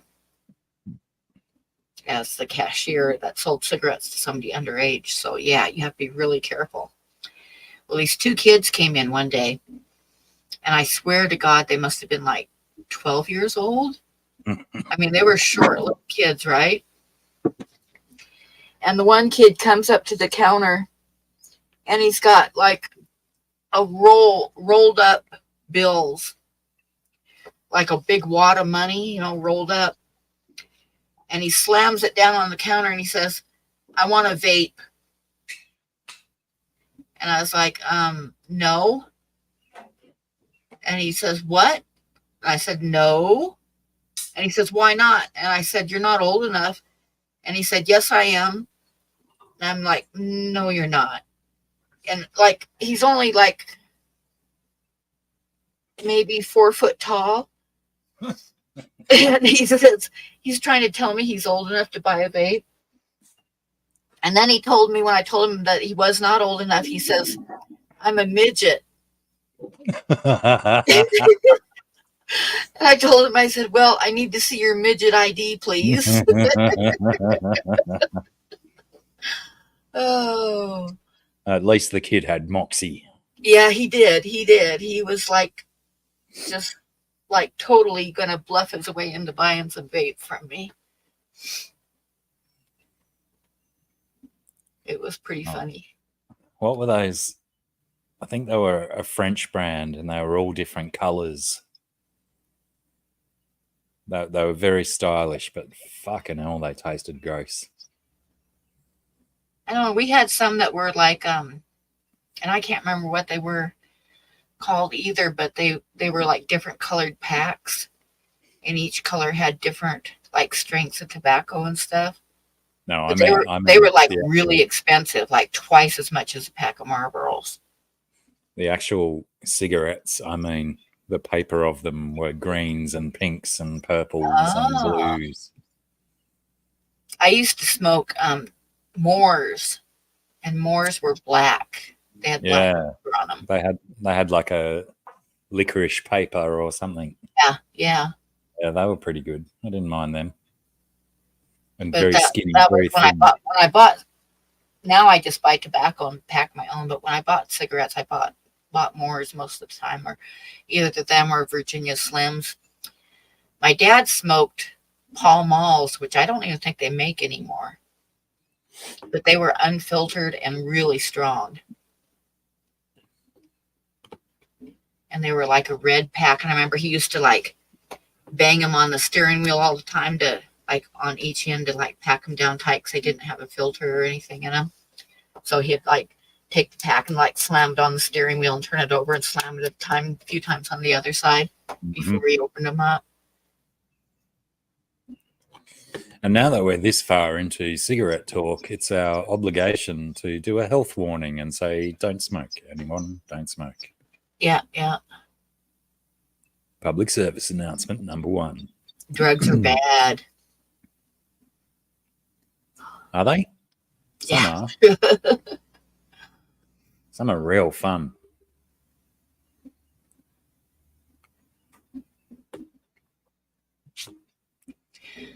Speaking of the convenience store, though, one of my favorite things, and I thought of this too the other day because the convenience store that I worked at is actually getting torn down within the next month. They're emptying out all the shelves and selling the gas real cheap and stuff because it's going to get totally ripped out.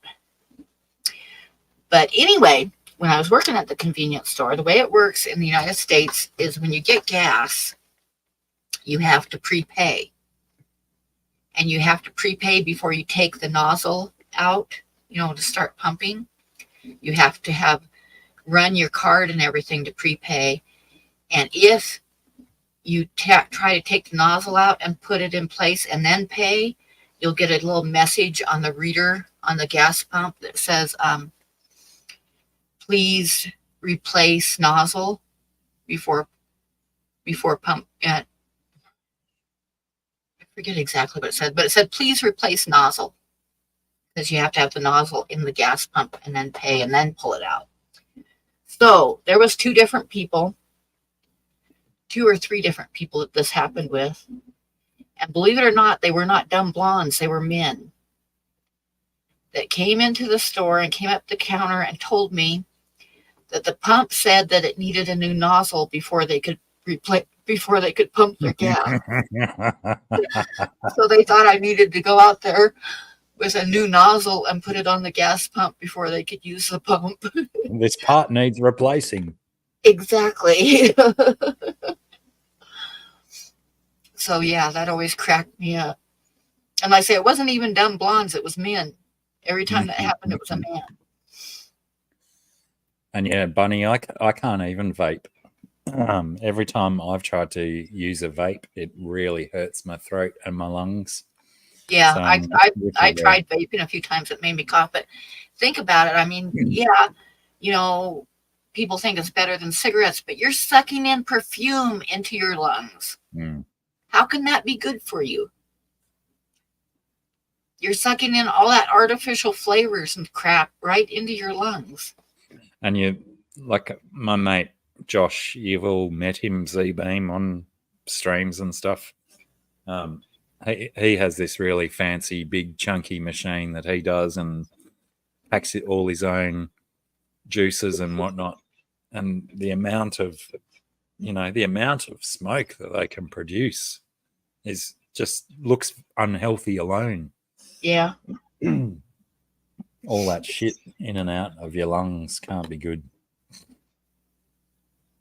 Yeah, any of that stuff isn't good for you, but everybody's got to have at least one bad habit, I guess. But I had a friend who got throat cancer from smoking, and he never smoked cigarettes. That was from smoking marijuana. He got throat cancer, and he never smoked cigarettes, but he smoked marijuana all the time. Mm-hmm.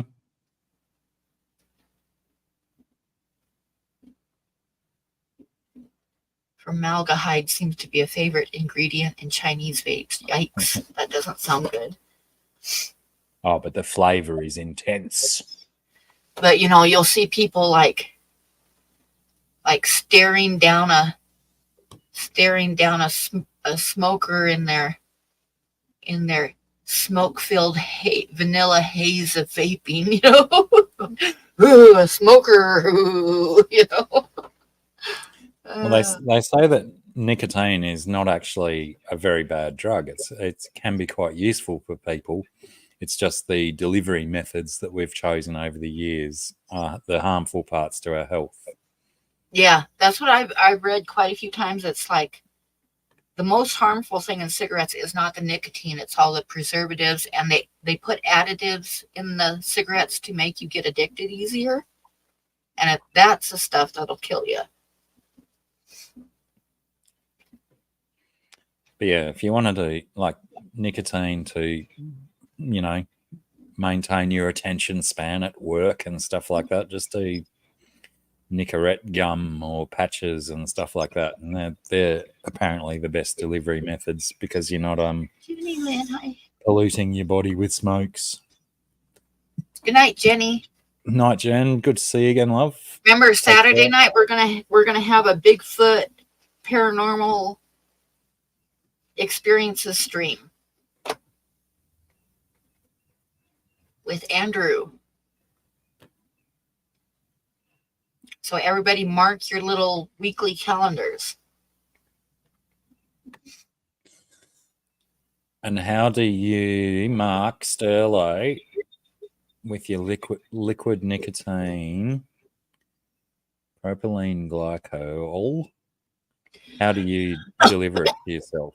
In patches, or do you a couple of drops under the tongue, or you lay it out on a bench and you roll in it? How do you deliver it? This liquid nicotine.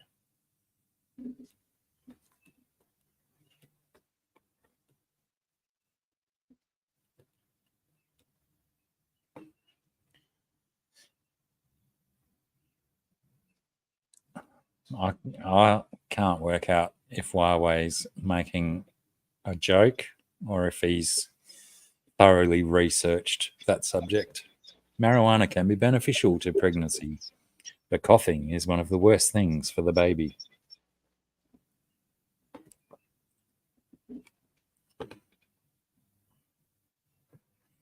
You vape your liquid, righto. At least if it's prescribed by a doctor, then you'd assume that it's a reasonable product, not just some nonsense that's going to kill you in the long run anyway. Mickham! Well, hi there. That was quick. Hey, everybody, drop in, say hi, bye, later. I feel so used. It was such a rapid in and out. I know, huh? Didn't even kiss me on the cheek.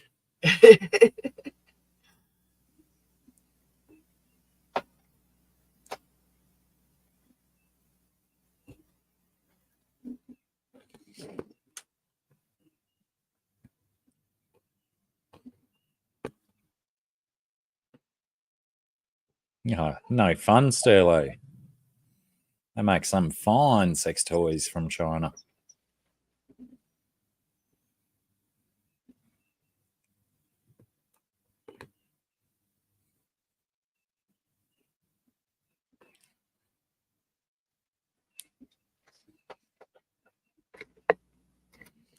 Yeah, one of my actually my oldest nephew, Kragos, he's prescribed now, and he's always got multiple different kinds of gear,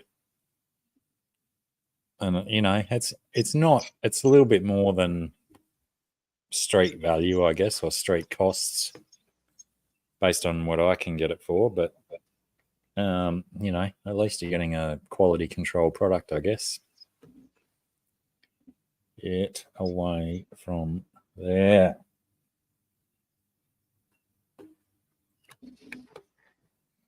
And yeah, some of the names are ridiculous, aren't they?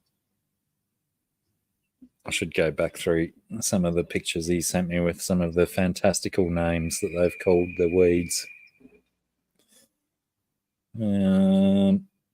Let's find some.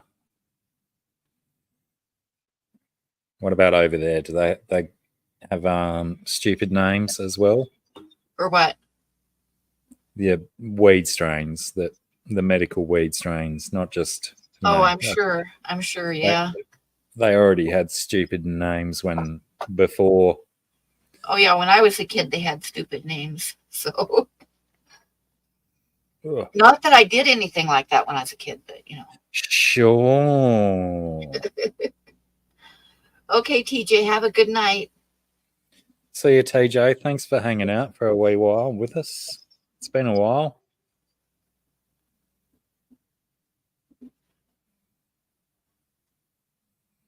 Yeah, I've built it up too much. Those names are stupid. Yeah, it's funny too because my nephew went through. He started buying all of this equipment and stuff so he could extract his own oils and whatnot out of weed. Yeah. And then got himself a script and realised that it was just as cheap for him to just buy medical marijuana instead of going through all the effort and time it takes to distill his own oils. Now, see, they've got all these different kinds and all these candies and gummy bears and shit. Now, when I was a kid, you got weed in a little baggie and you rolled it up and you smoked it, and that was it. And there was Colombian was the best, and then there was different kinds too. But yeah, I had a friend that made me a pipe. And what he did was it was a regular, like a smoking pipe, tobacco smoking pipe, but he took the top off of I think it was the top of like a propane bottle, but he made it where it screwed into the pipe. And it had two little tubes that you could hook a hose onto that were the side, you could hook like a fish tank hose.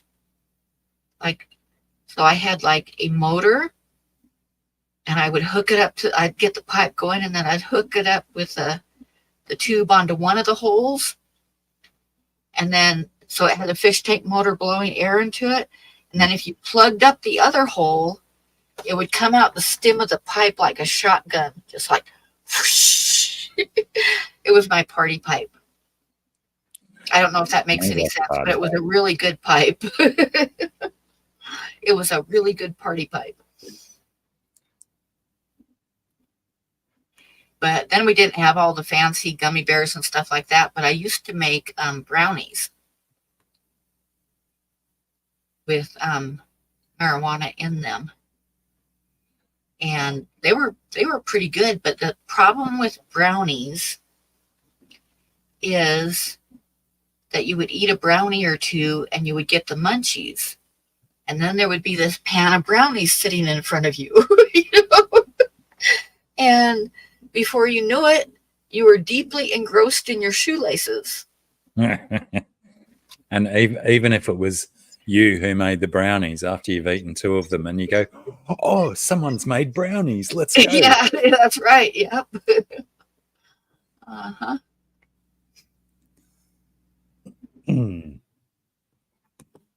But now they've got all this fancy stuff that they can go to the different stores and buy, but not in Wyoming. You can't have any of it in Wyoming, not even medical use. But Colorado is like 30 minutes from here to Colorado. So, everybody goes to Colorado a lot. Do they have like regular police blockades on the main road back into Wyoming from I haven't Colorado? seen any, but there's a lot of back roads where you don't have to take the main road to get back into Wyoming. Yeah, that's but if you go down to Colorado to the refineries down there, it's like the parking lot is full of Wyoming number plates. Yes. License plates. Sorry, you call them License plates. Yep, license plates. tags.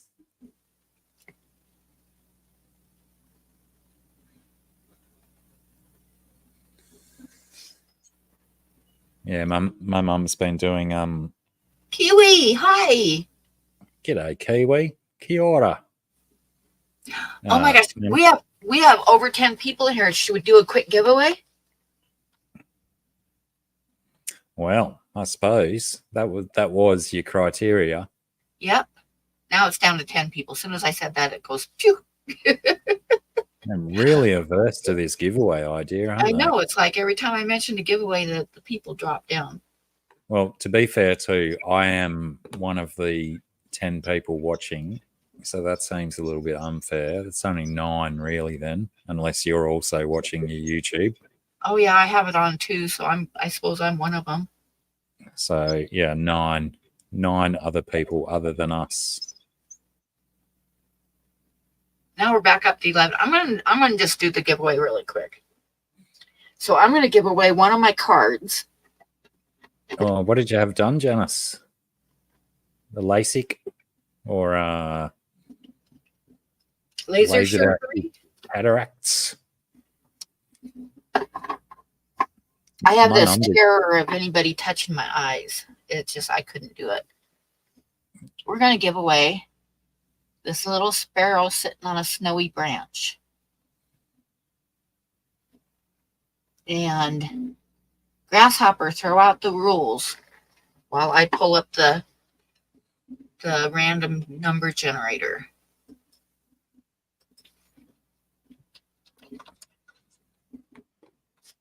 What the heck? Speaking of throwing out the rules, I'm going to go and do a pee. Okay. I'll get the thing set up while you're doing that. Random number generator. There we go. We're going to do numbers 1 to 75. And whoever comes closest to the number that gets generated without going over will win that little sparrow. Come on, computer, do this for me. You can do it. I know you can do it. God damn it, why won't it pull up the... Okay, let's try it again. No. Come on. Okay. Oh, I know, I'm on the wrong row. I need to turn on my light for a minute. Everybody don't pay attention, because I need to be able to see. Okay, oops. Come on, mouse. You're giving me a headache. 1 to 75. Okay, there we go. I got it in there. Okay.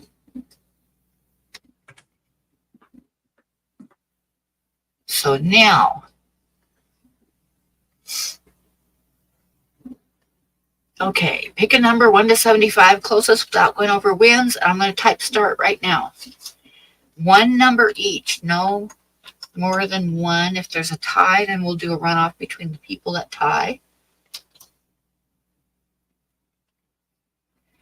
So we can start. 1 to 75, 49, 44, 33, 16, 19,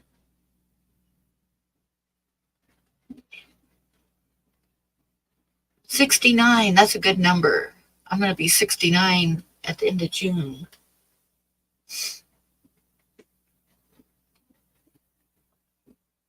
Blackie, throw out a number. What's my range? 1 to 75. Yep, 1 to 75. 17, I guess. If Grasshopper, throw out a number. Grasshopper always does number 1, but he's won a couple times doing that. I'll put it into chat so it's legal and binding. 17, okay. So we've got 10 numbers thrown out. It says 10 people watching, so should we end it or wait and see if there's anybody else? Your birthday's next month too? Happy birthday, June. Yeah, my birthday is the 23rd of June.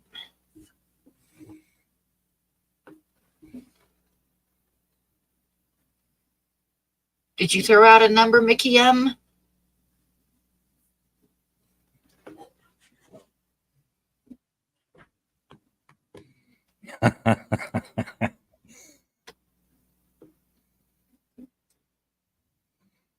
Yes, Mickham put in 49.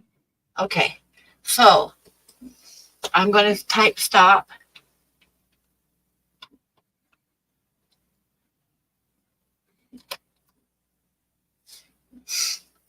And I'm going to go to the random number generator. Share screen. Random number generator. Share. And is everybody ready? We're going to do the drum roll. Okay, and hit a number, hit generate. We got number 16. I got a feeling. Who said 17? That was you, Blackie, wasn't it? Yeah, one off. Trash Cat has 16. Oh, she did. Ha ha ha. Okay, so she's got the sparrow, it looks like. Did anybody come closer to 16 than 16? Only me with 17, I think. It is you with 17? No, Trash Cat was 16. Trash Cat one, okay. So I have an envelope for you already, but I'm going to put it in a separate one. And I think, go ahead and send it. Email me your address just so I'm sure, but I know I've got one already going out to you.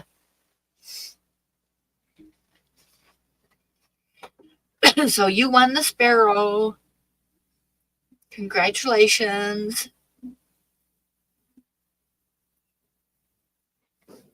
So email me your address, even though I know I've got it. Wait, no, she says to give it to Mickey M. So what's his address? I don't know if I've got him or not. Oh, Trash Cat. What a doll. I was completely the other end of the spectrum of being a doll and going to say, well, you know that Mickham wants it, so you could sell it off to him now for a profit. The problem is that I don't have his address, and I don't know if he's still in here or not, because he was heading out. Okay, he's still here. So you need to send me your mailing address so it can go, because I'm going to try to get the taxi again tomorrow to get this mail out. So send it to me right now to my, why don't you just put my Gmail and copy and paste it, because it's spelled differently. And if you don't spell it exactly right, it won't go through. So send me your mailing address so I can get it out with tomorrow's mail. I might, but I don't see it. So send it to me again.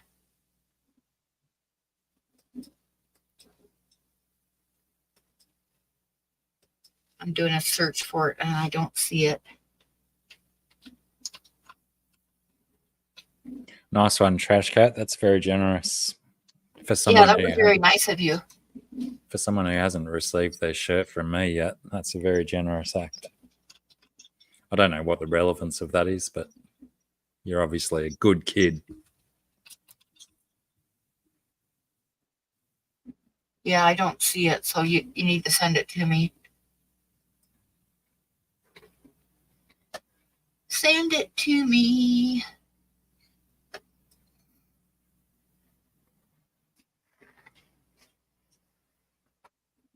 Yay.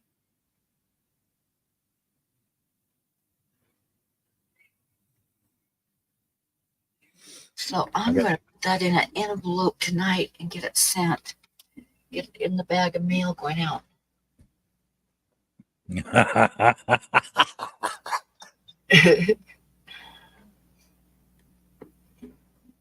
Yeah, I'm sure both of you are lying.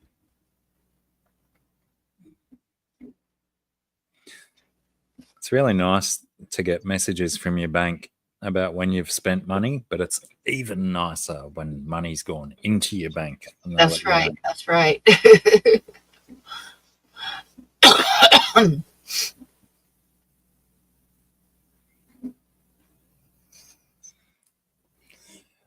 That reminds me, I gotta step out on my porch and bring my mail back in because I had to sit down on the porch while I was trying to call the stupid taxi.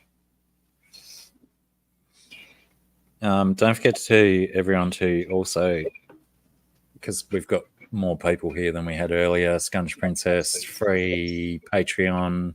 You don't need to create an account. You don't need to download any software. You can sign into Patreon with your Google or Facebook accounts. Check out the shit she's got going on there. And she's also got new shirts on her Teespring, I think it was. I think the thing with Patreon is that people balk at is that they think they've got to download more software and create an account. Thank goodness you can just sign in with your Google. And can I just also recommend going to have a look at it just for these bloody tiles that she's been making? They're brilliant.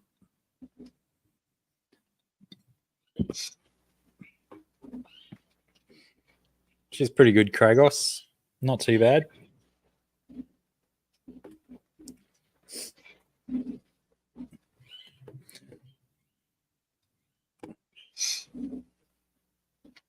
Just checking my Facebook, the other things I posted. I think I posted this yesterday, but I really like it.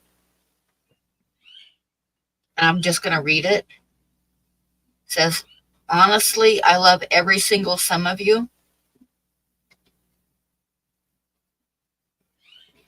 Don't you think? Every single some of you. Every single some of you, yes. I liked it.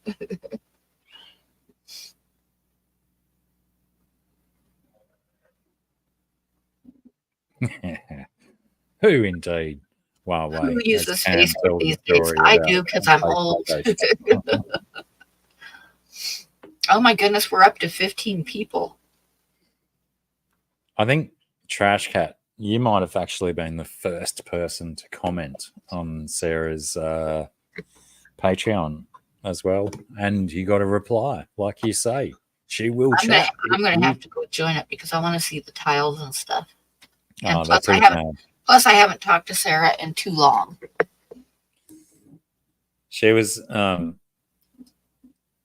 when she finally finished her work yesterday afternoon, and she got, to be able to do. Oh, can you check if you got Mickham's email? I did not. I did not get it. Did you copy and paste? Because, like, say, if you leave out the extra E in my name, it will not come to me. Earl A. Wine. Yeah, she sent me a bunch of pictures yesterday afternoon of all these extra tile designs and stuff she was making. And just, saying how hopefully I'm not, speaking out of school.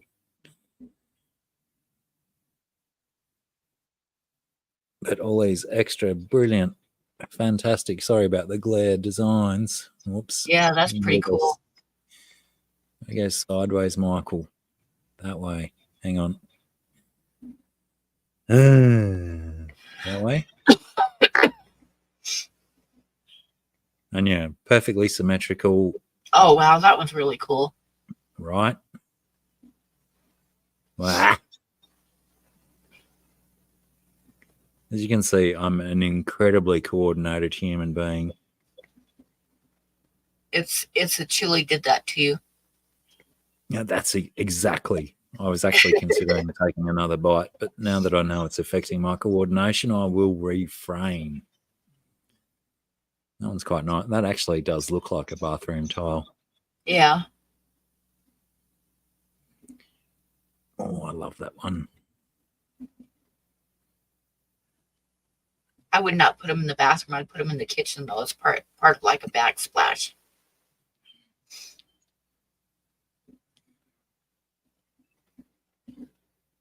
Crazy. Good stuff. She's doing well. I remember a couple years ago, when one night I had Jess Shrimp Granny was on with me. I love Jess. I still talk to her a lot, by the way. But she was on with me, and she was talking about a friend of hers was getting married, and for the just a sec, I gotta check my email because I just got one here. And yes, I got it. Okay, Stockholm, Sweden. Okay, I got it, and it will be going out tomorrow too. What was the Can you just confirm the street name and street number as well, please? For what? Don't. Oh. Anyway, Jess Shrimp Granny was on, and she a friend of hers was getting married, and she was making the decorations for the place settings at the wedding reception, and she got in a pattern. She was the least favorite friend of the bride, was she? Yeah, she was crocheting little like shrimp and stuff that were like about 3 or 4 inches long. These little crocheted shrimp and other kinds of little sea characters that she was making for the wedding decorations. And she said something about if she had any extras, she could send a few to me. And I said, well, that's good. I can keep them in the bathroom. And then, they'd be there in case I ran out of toilet paper. She got so mad at me. She said, I'm not sending you any of them. Okay, bye, Mickey M. Congratulations. Enjoy work, Mickham.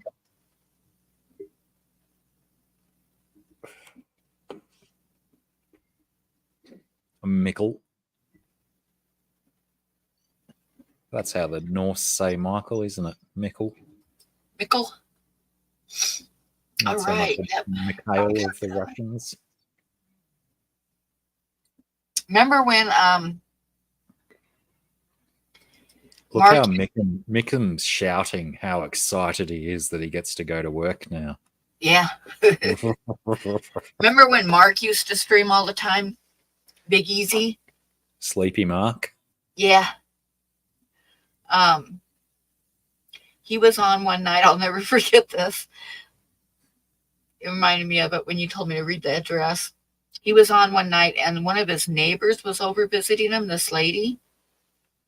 And so she was kind of on the stream too. And she asked him, he was streaming, and she asked him if he wanted pizza. And he had asked me to come up, and I said I didn't really want to. I was kind of tired, but she goes to order pizza, and she's reading her credit card on the phone to the pizza place on his stream. I mean, reading it on his stream, and I'm going, yo, no. So I went on the stream and told him to delete the stream right now and start another one, because she just totally gave her credit card information over the internet. Docs herself. Huh? I thought, oh my God, talk about stupid. Seriously. You see what you want to see, Huawei. I see mostly skulls in them. So obviously I'm obsessed with death and you're obsessed with naked men.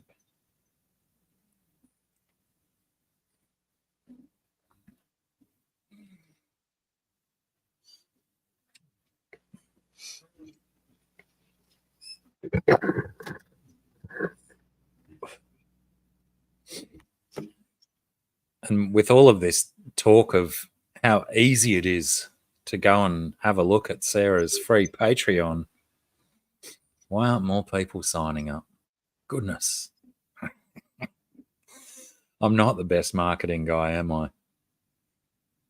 I'm going to go after the stream's over. I'm going to go get signed up for it.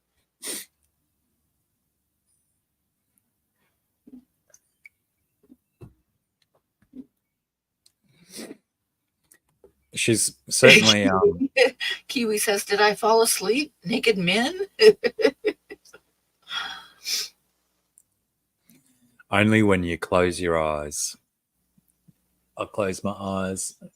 I see skulls. Huawei closes his eyes. He sees naked men. I was thinking that it's time for me to get a new set of Mickey Mouse ears.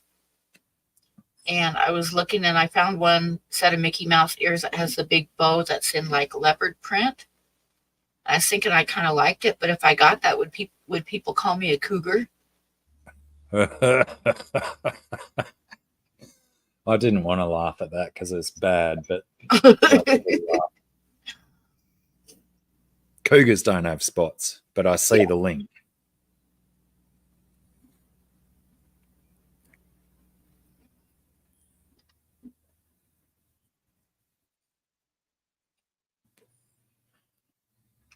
Oh, Kiwi Mamo, how was your I'm not 100% certain of your location on which island you were on, but how was your Aurora Australis experience last week? That was going nuts all around the planet. I had people sending me messages from Tasmania, from New Zealand, from Dakota. Oh yeah, that was Wyoming. You got them really good. Yeah, my Facebook feed was just full of pictures of it from everywhere, Montana and Idaho and even Oregon and Wyoming and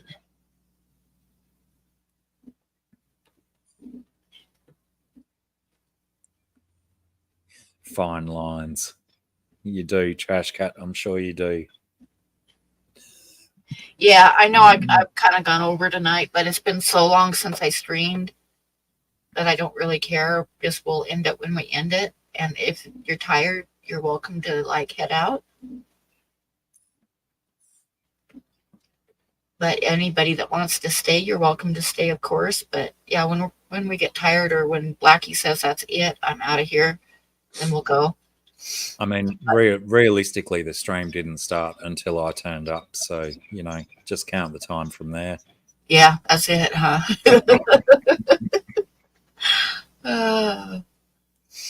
She says she's at the bottom of South Island. I missed it because I didn't even step outside. I should have, but I didn't. Well, if Kiwi missed it at the bottom of the South Island, she's probably closer to it than any Tasmanian. Yeah, she probably didn't even step outside to look, unless it was very cloudy or something like that.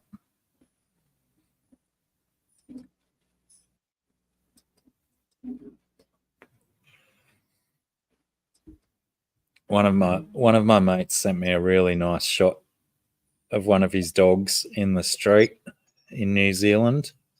Really? But I'm pretty sure he's North Island, and it was even. I'm looking for the picture in the wrong chat, Michael. I'm looking for the picture that I posted of it.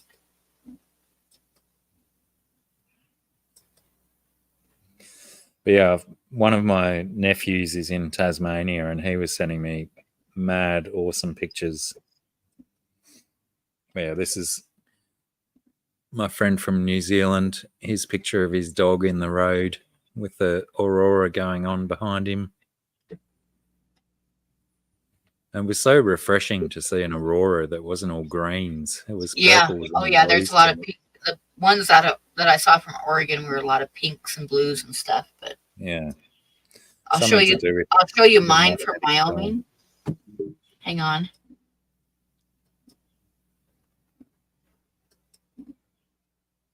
This is mine from Wyoming.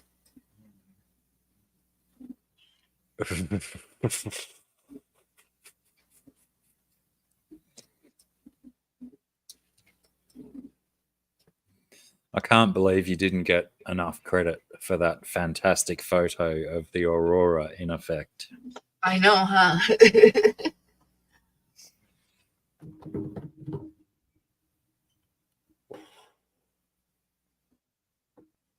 I'll show you mine if you show me yours. Now I'll pass.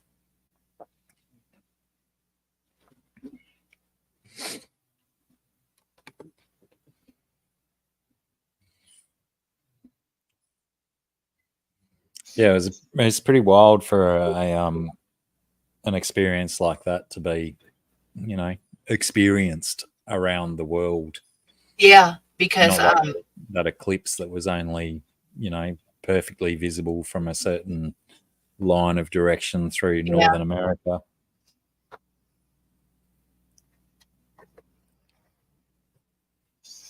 Yeah, because we usually can't see them very often in Wyoming. You usually have to go up further north.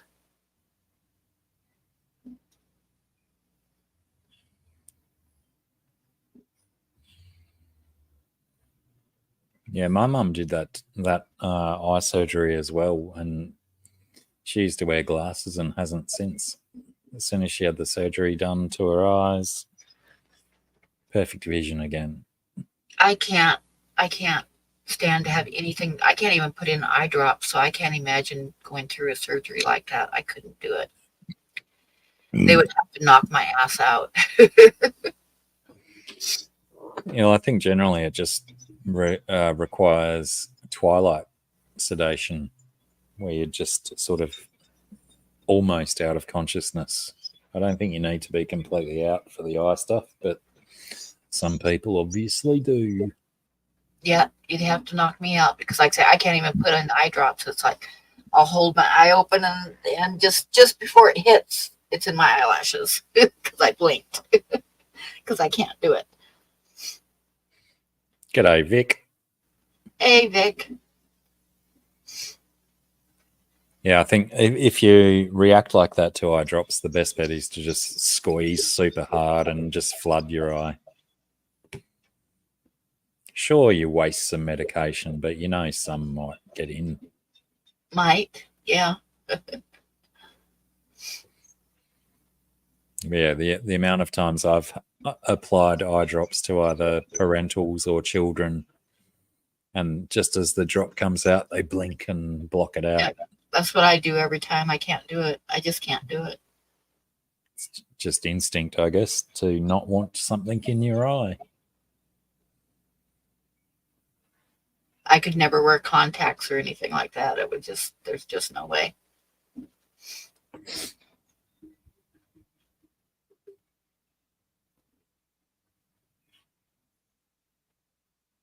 Okay, so for anybody who didn't hear, Andrew, the truck driver, is going to be on with us Saturday night, and he's going to tell us about the Bigfoot conference in Nebraska, and we're going to talk about some of his paranormal things that have happened to him on the road, which including but not limited to a skinwalker experience. So it should be a fun stream. And if we have time, I'll talk about some of my own paranormal experiences that I had when I lived in a house that had a lot of stuff going on all the time, which was in about 2009 until about into 2010. And I haven't had any since, but I had plenty enough for my lifetime in that one house in that year.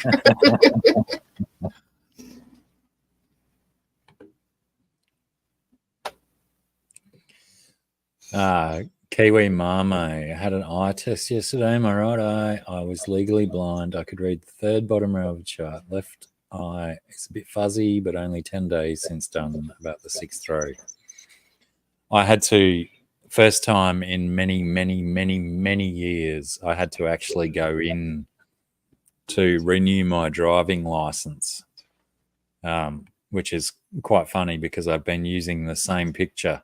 Because when you renew online, you just reuse the same picture that you've used for the last however many years. And the picture on my previous license was, I'm guessing, at least 10, maybe 12 years ago.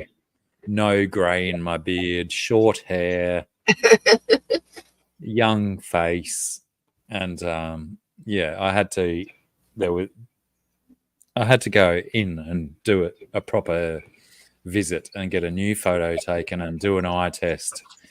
And when I was doing the eye test, she only asked me to read one line, but the last 2 letters I had to actually lean forward and go, oh, I think that's a K and that's probably a T. And yeah, I still passed. So I don't need glasses yet. I mean, I do, but not according to the motor registry. I've always had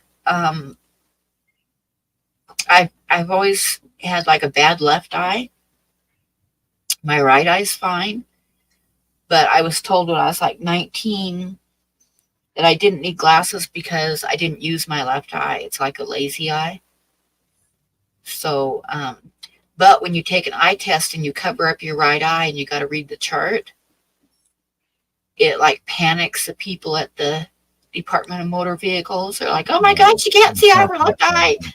What are we going to do about this? So, but like I said, I've had that my whole life, and I've always had to explain to them that, I've been to eye doctors and I don't need glasses because I don't use that eye. But I remember one time in California, they wouldn't accept that excuse because California is kind of strict about that shit.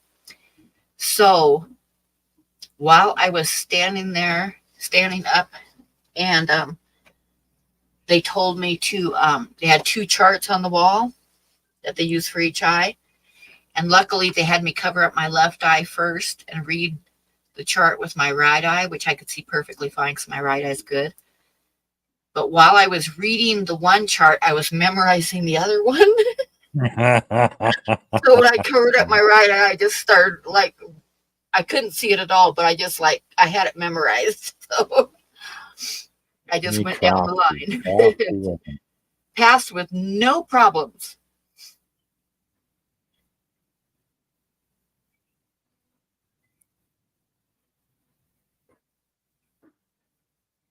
I was just, I was a little bit sad to have to retire my old driver's license picture because he looks so young and fresh in it. But then again, how the fuck did they let me go so long with the same picture? I asked the lady at the our version of the DMV, I said, can you actually tell me when that photo was taken? And she just said no. I think she just didn't want to, open the file and click on when it was created. It would have been an easy job, but I was already worried that I was going to fail my eye tests, so I didn't want to push her and say, can't, just have a fucking try to find out. Instead, she talked about some girl who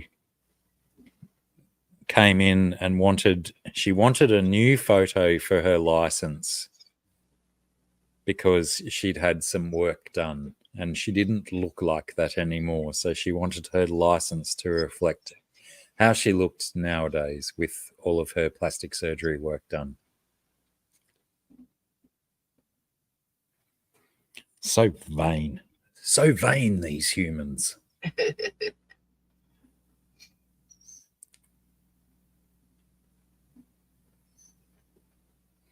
Vic says, my license photo is epic.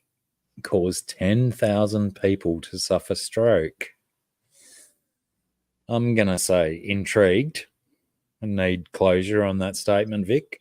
Keep going.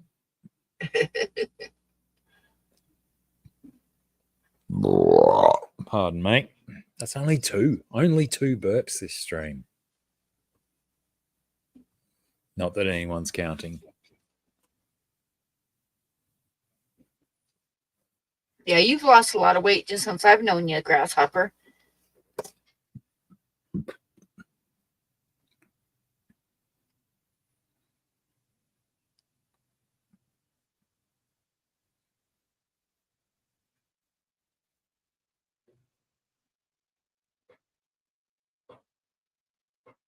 Yeah, one of the things with getting old is you end up needing reading glasses because, yeah, I can't even pick up a bottle of aspirin and read the back anymore.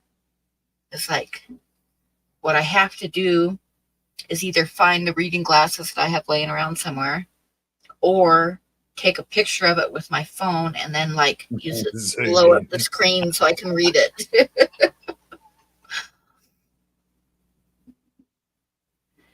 It's hell getting old. It's not for the faint of heart. How is your town Taree pronounced?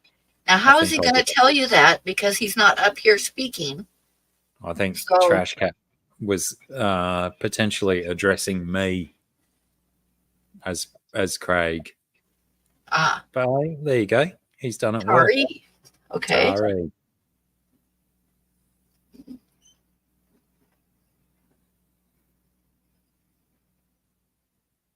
It's lovely area. Yeah, it's very, very phonetically pronounced. Trash Cat. They don't leave a lot to the imagination with Tari. Same as my town, Mullumbimby. It's a long word, but it's very phonetically accurate. It drives me crazy when I hear people mispronounce places that I know. It's like Shane. The Willamette Valley in Oregon. There's so many people call it the Willamette Valley and stuff like that. It's like I just go, oh, don't do that. You know? It's Spoken, Washington. Spokane, Washington. Yeah. I thought they pronounced it Spokane. No, it's Spokane. But when I lived on Cape Cod, one of my daughter's teachers asked me where we were from, and I said Oregon, and she told me that I was mispronouncing it. That's not how Oregon's pronounced. I forgot what she said, but I'm like, I grew up there. I think I know how to pronounce it. She's trying to correct me on how I pronounce the place that I grew up in. But you can't remember what her pronunciation was. I don't remember what it was. It was Oregon or something like that.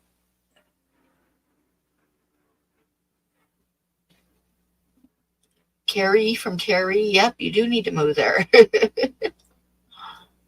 No, it's Tari. Not Harry. Tari. Tari. I was listening to a podcast earlier today, and they were talking about how there's this nonsense going on around MAGA at the moment. How some people are pronouncing it MAGA. And there's this divide between MAGA and MAGA.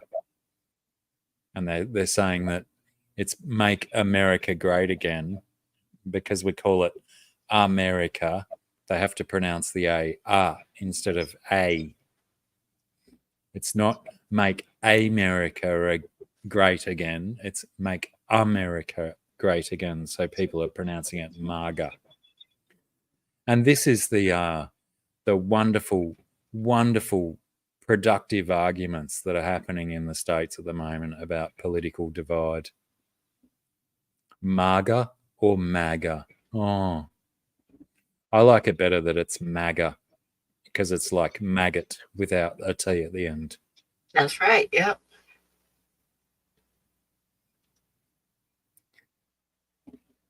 Kari from Tari. I'm actually quite enjoying that our sound is a sound to you guys. An A becomes a U. Oh, Star Trek Discovery time. Good night, June. See you, Jane.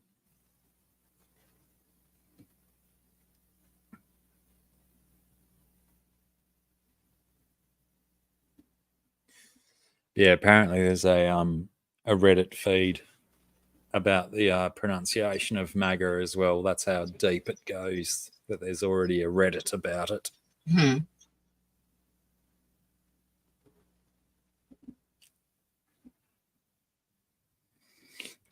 Ivan used to roll along our highway. Which Ivan? Oh, Malat.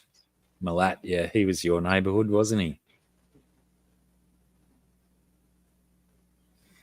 Now, if you go up to GRB's most recent comment in chat, how would you pronounce that?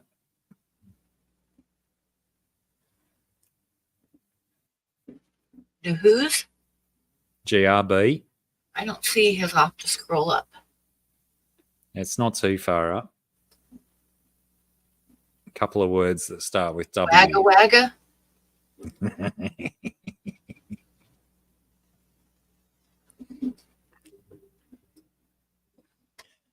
We pronounce it Wagga Wagga. Wagga wagga.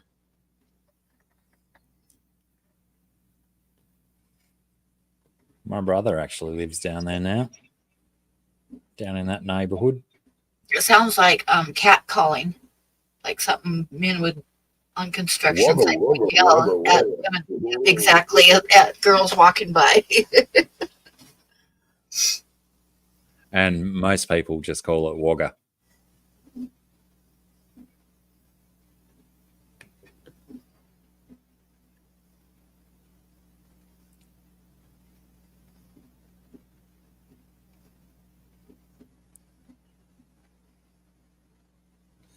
Invercargill. See, when an Australian tries to pronounce a New Zealand name, even I'm trepidatious about whether I said Invercargill properly, even though I've heard it said before. I'm going to cower in fear as Kiwi Mamo comes at me and says, I didn't pronounce it right. There's Am a I city. supposed to- There's a city in Massachusetts, right off. I used to live on Cape Cod, and it's right on the mainland. When you leave Cape Cod a little ways, it's the way it's written. I would pronounce it Worcester, but everybody laughed at me when I pronounced it like that because it's pronounced Worcester. Same as Worcester. the sauce. It's an English word, Worcestershire. Yeah, But yeah, it's pronounced Worcester. Worcestershire. Do you But you know, people in that Worcestershire area, like especially in Boston, they don't pronounce their R's at all. So a Boston accent is kind of funny, but I remember thinking when I went to Boston that, you know, in Oregon, khakis are like brown, kind of a brown thin material pants are khakis, kind of a tan color. But in Boston, khakis are what you use to start your car. Get in your car, yeah. Yep. Khaki. You got to get your khakis. But Australians probably pronounce khakis closer to Boston people as well. Really? Yeah, because we say khaki. We don't say khaki. We say khaki. Khaki to an Australian or a New Zealander means yuck. Really? It's a little bit shitty. Oh, okay. Khaki, it's got a Kinda little bit of khaki on it. Kind of like caca. And Yeah, caca in the exactly. States is like shit. That is the derivation of that word. But yeah, we say khakis. But see, you still pronounce your R a little bit. In Boston, they don't pronounce the R's in anything. Their loss.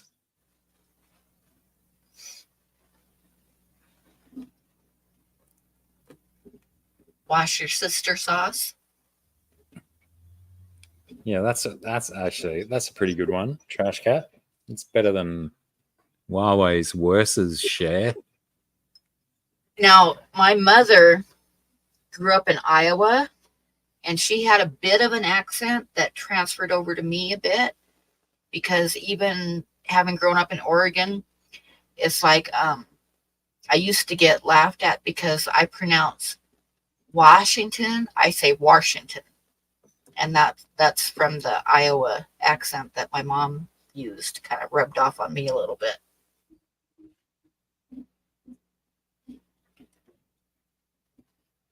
Washington. Yeah, I always say Washington with the R in it, but it's actually Washington.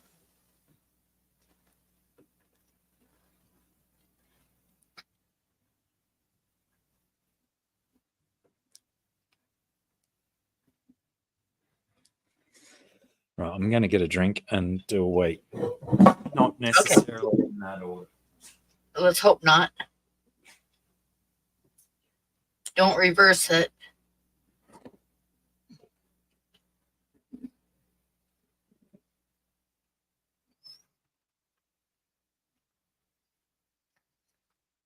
So remember, everybody, Saturday night is going to be kind of a paranormal type stream.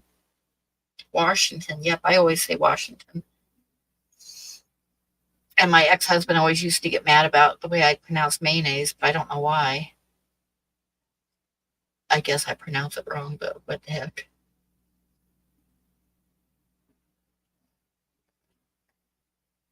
Yeah, I remember my dad talking about, Craig says funny thing, how things mean different things in different countries. My dad was a truck driver, and when he first started out, he would go up into Canada and down into Mexico. And he told me about a trip that he made up into Canada one time. And he stopped at a diner to eat dinner, and he asked the waitress for some napkins, which, in case you don't know, napkins are like paper napkins that you wipe your mouth with when you're eating. So anyway, he asked the waitress for a napkin, and she started laughing, and everybody in the diner started laughing. And he found out that in Canada, napkins are like women's pads, are called napkins. so they thought it was pretty funny when he asked for a napkin when he was eating dinner. Well, they're very absorbent. Yes. Yeah, exactly. In Canada, they're called serviettes. Serviettes.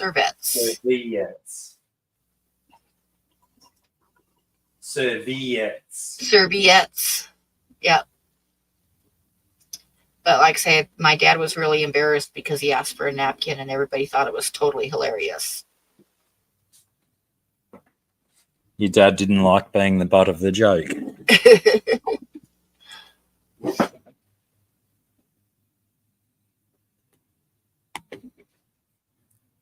Actually, he had a pretty good sense of humor, but he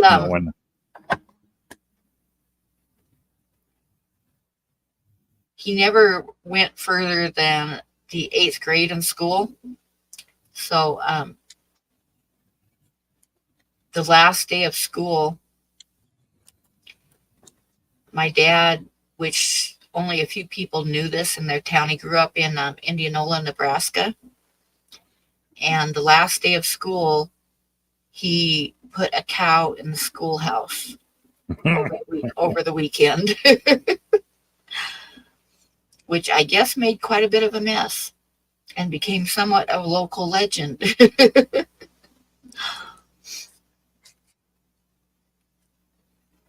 Just for a cow, a single cow. A single cow, yes.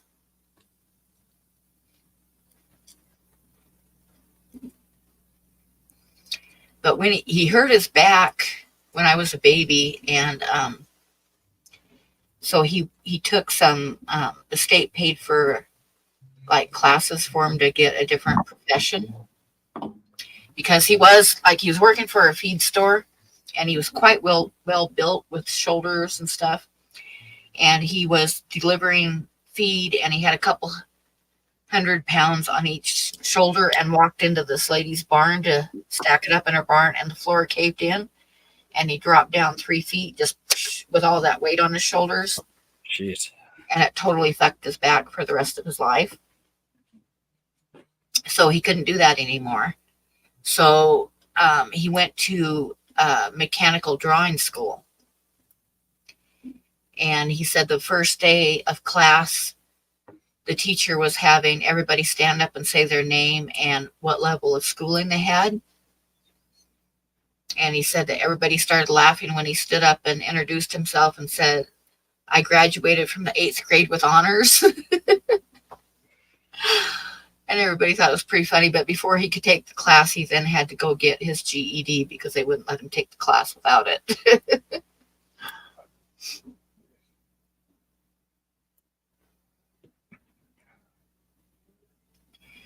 But my dad, he did really good in mechanical drawing, but then he went to mechanical drawing jobs were only minimum wage.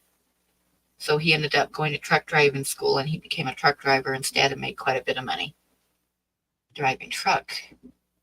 So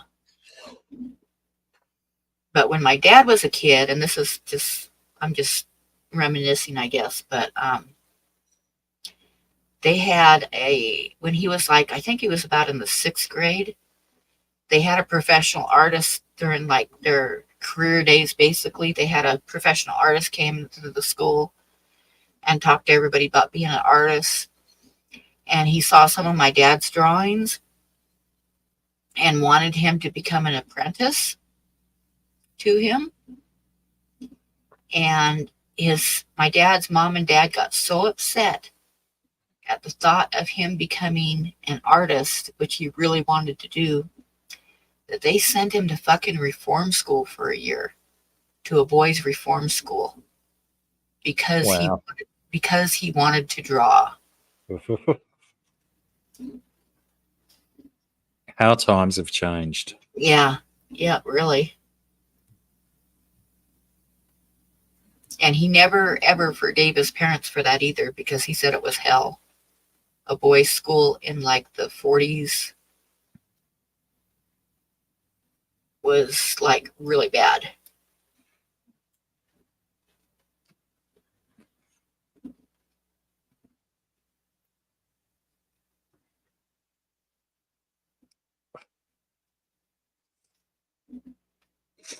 Now, I've just seen a repost on Facebook that I'm going to need you to explain. It's on your Facebook. It's on my Facebook. It says, Florida, I'm the most fucked up state. Alabama says, hold my sister. You don't get that one?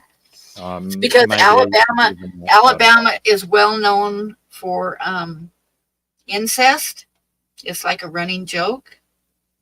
Florida is like well known for like the Florida man that's always doing stupid stuff. You know, on the news, you know, a Florida man did blah, blah, blah, blah, blah, right? So when the Alabama man, and one of the sayings that people use all the time is, oh yeah, well, hold my beer. And instead he said, hold my sister, which is like a direct reference to incest, is basically what it is. It's just a bad joke. I'll go with that. Bad joke. Bad joke. I post a lot of bad jokes. Well, I mean, there's bad jokes and then there's just jokes that don't land with a particular audience, isn't it? Yeah, that's true. It's probably not a bad joke to anyone else but an Australian. Oh no. Or somebody from Alabama. Cragos says he's onto it. He got it. Yeah.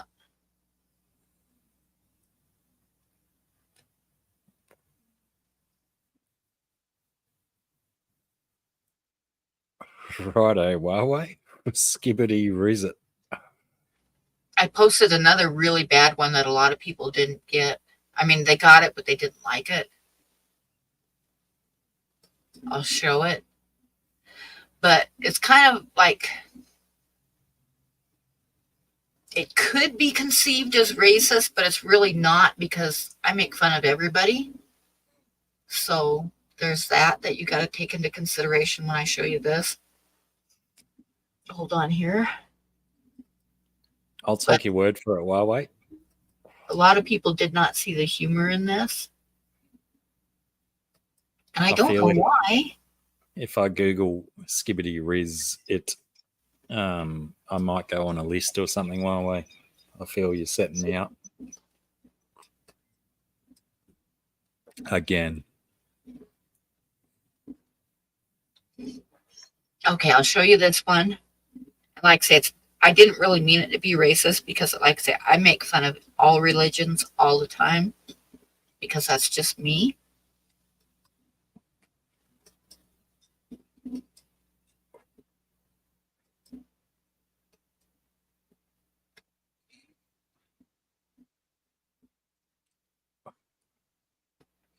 He doesn't seem that concerned.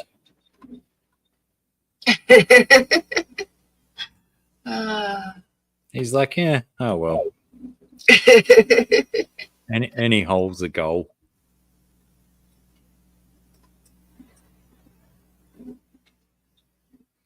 Skibbity Riz. What does it mean? Single baked bean. What does it mean? Mighty Boosh. No one watches Mighty Boosh. Ooh, missing out.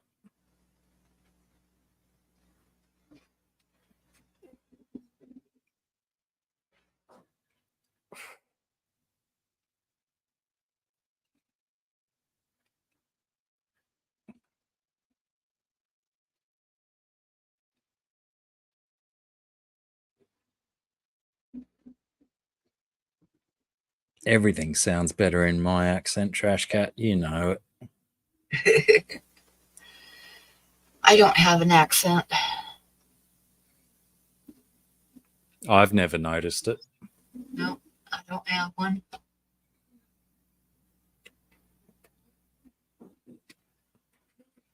Must be all that smoking you used to do that got rid of it. Yeah, that's it.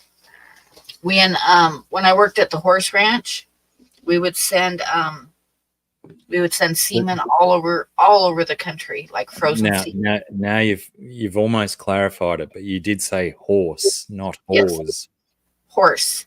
Horse. Not a horse ranch with a whole bunch of semen. No, a horse ranch with a whole bunch of semen. They had like 4 different stud horses, and we would ship frozen semen all over the country. And people would call up to order semen from which stud horse that they wanted to breed their mares to. And some of those southern accents and Texas and shit, it's like I could not understand what the hell they were saying on the phone. I'll tell you, seriously. I'm just going to send whatever jizz. Yep. You'll get what I send you, lad. Yep.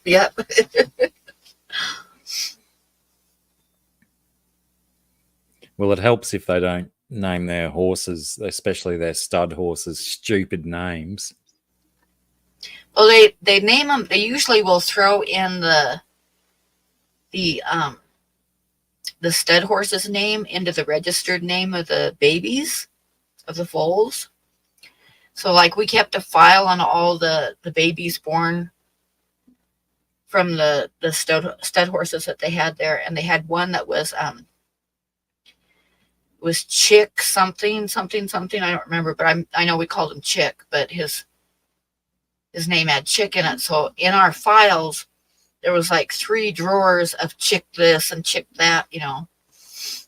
And one of the ranch hands came in, and he was looking for a particular foal to check its background and stuff. And he's like going through all the files, and he's like, Jesus Christ, there's so many of them. And I said, yeah, if you don't know exactly what you're looking for, you're kind of up Chick Creek. He just like stopped and stared at me for a minute, and then he busted up laughing. That was quick. At least you got a laugh. Yep. Even if it was delayed. Yeah.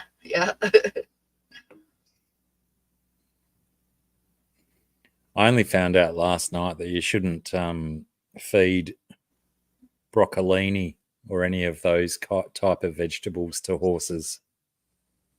I didn't know that, but it doesn't surprise me, because why would you feed them that anyway? But broccoli and everything in the cabbage family will give even people, it will give you like really bad gas sometimes. Yes, so yeah. I can totally see it not being good for horses. I just had some week-old broccolini that I was going to use in a curry, and then it was too far gone for us to use. And I had a bunch of scraps that I brought out for the horses as they massed at the fence last night.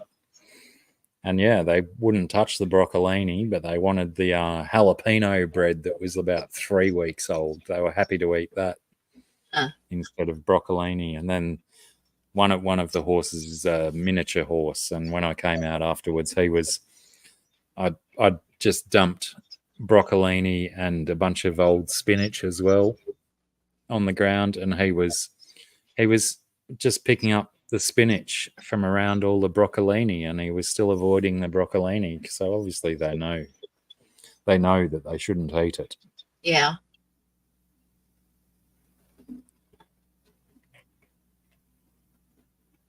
Apparently, horse semen is not collected orally. Evidently not. I think most of the time it's collected by hand from the videos that I've watched. Yeah. We had um vets. We had 2 vets that worked at the ranch that did that for me. I didn't do that myself. I just shipped it, guys. So don't get all excited. Damn, I reckon that'd be the highlight of the job.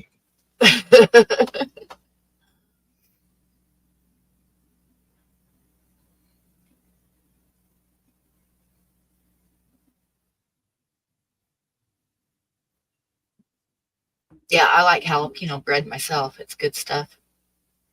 Good stuff.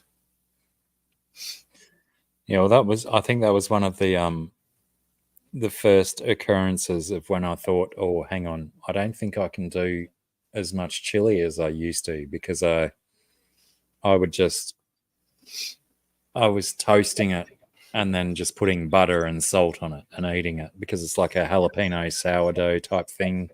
Yeah.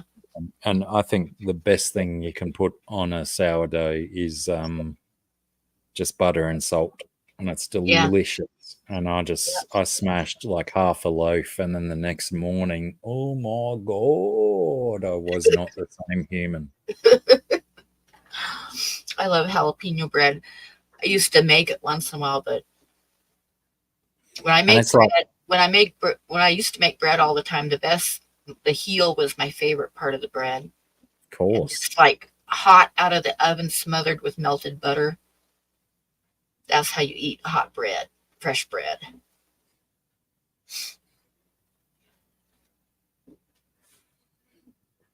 yeah. Now I'm on a dark rye sourdough binge. Oh, That's I like that too. What I don't like is just regular plain white bread. Is just like yeah. yuck.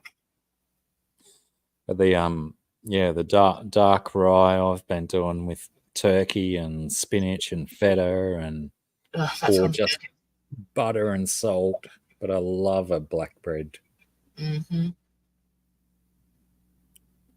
There used to be a really good one made by one of our major bread manufacturers, Tip Top, called Plowman's, and it was a really, really lovely dark brown bread. And yeah, they don't make it anymore, those bastards. But I But used to thank make bread all the time, and I would just start throwing everything in it, like sunflower seeds and ground up wheat and all kinds of stuff. Just like I never used recipes. I just like throw a bunch of stuff in it. And I'd usually make like 4 loaves at a time.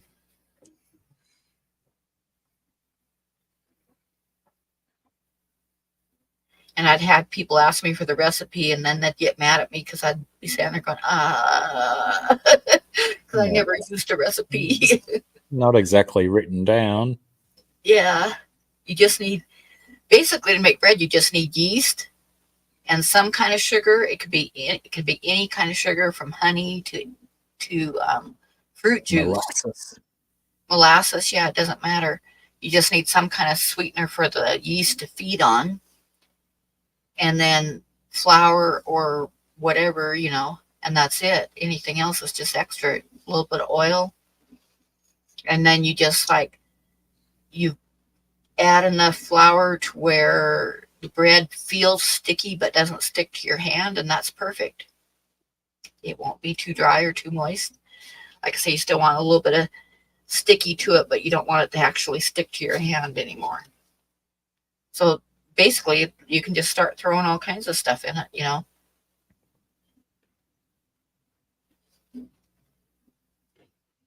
15 watching now, apparently. Oh, mine says 6.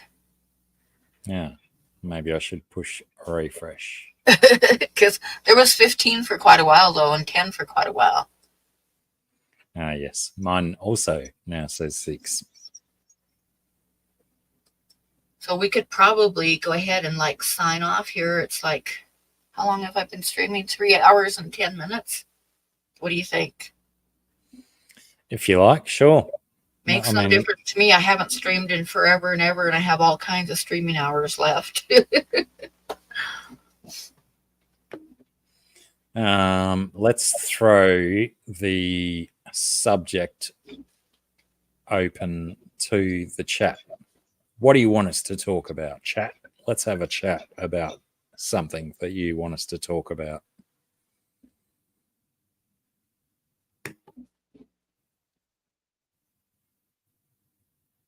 Abortion, trans rights, political climate. No, let's not do political climate. That'll get too political. The war in Suriname. There's no war in Suriname. I'm making shit up.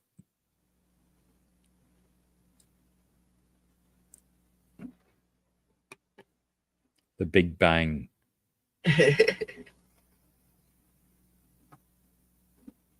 I can't talk about electric scooters, Huawei, because I haven't tried one. I haven't either.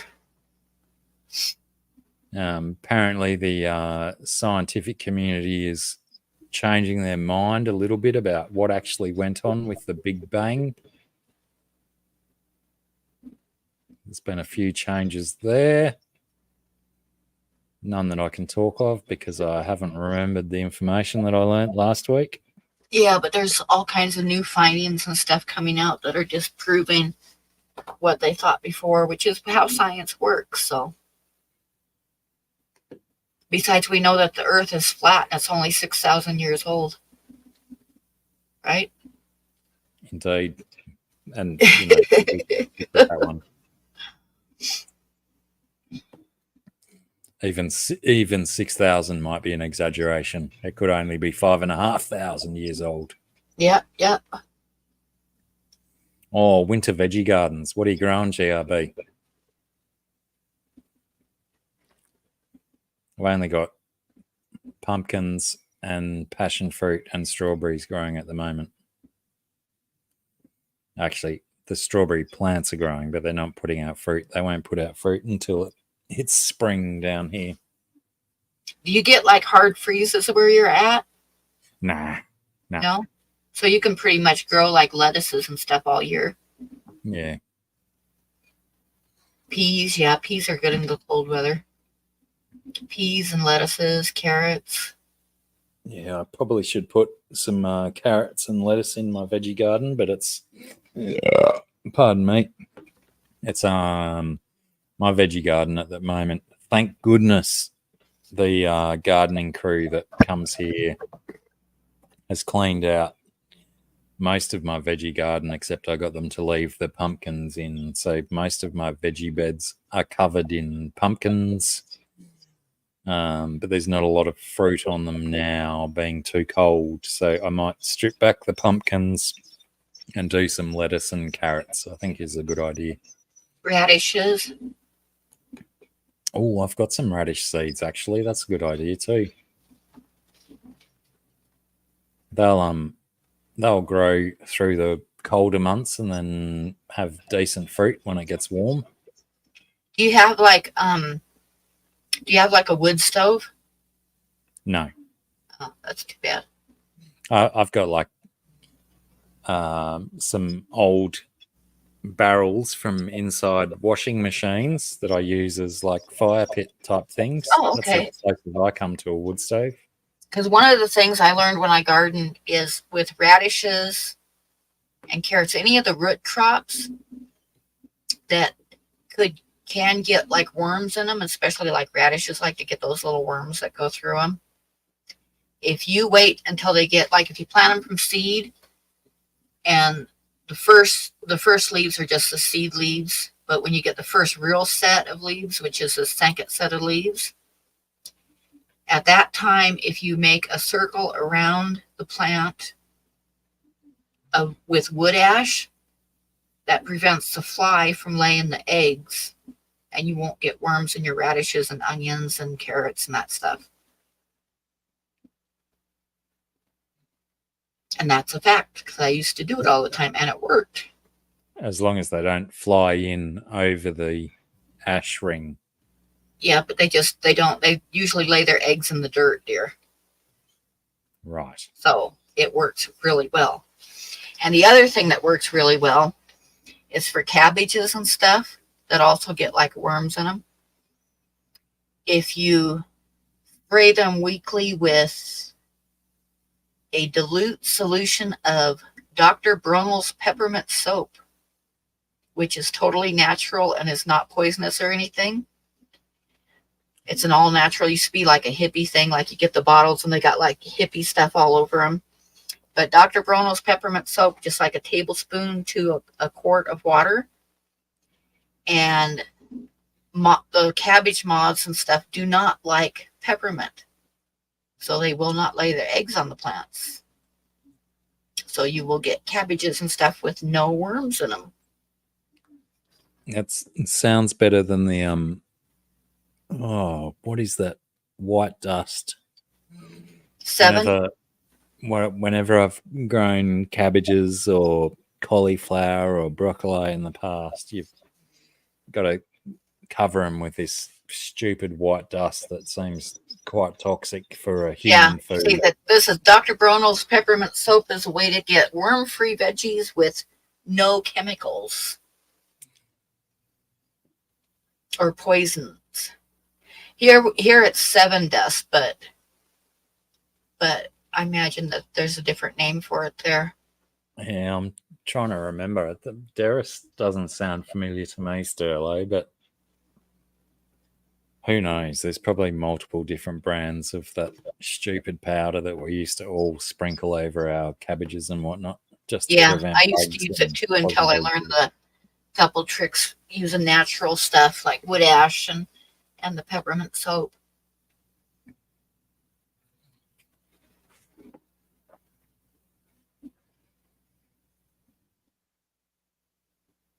Australia doesn't deep There's freeze. probably a few places in Australia that are high enough to freeze, though, isn't there? Yeah, we've got some alpine regions in southern New South Wales and Victoria and Tasmania. Tasmania is close enough to the Antarctic that it gets very cold. But yeah, it's not, glacier territory or ice cap territory or anything like that. Even the colder spots still stay pretty warm. Wyoming, believe it or not, at least 2 or 3 times every winter, Wyoming will be the coldest place on Earth. I mean, absolutely the coldest place on the whole Earth will be Wyoming. Usually that happens a few times in the winter, every winter. Yeah, like colder than Siberia and the North Pole. Mongolia. That's like when it gets down to like minus 40 and minus 50.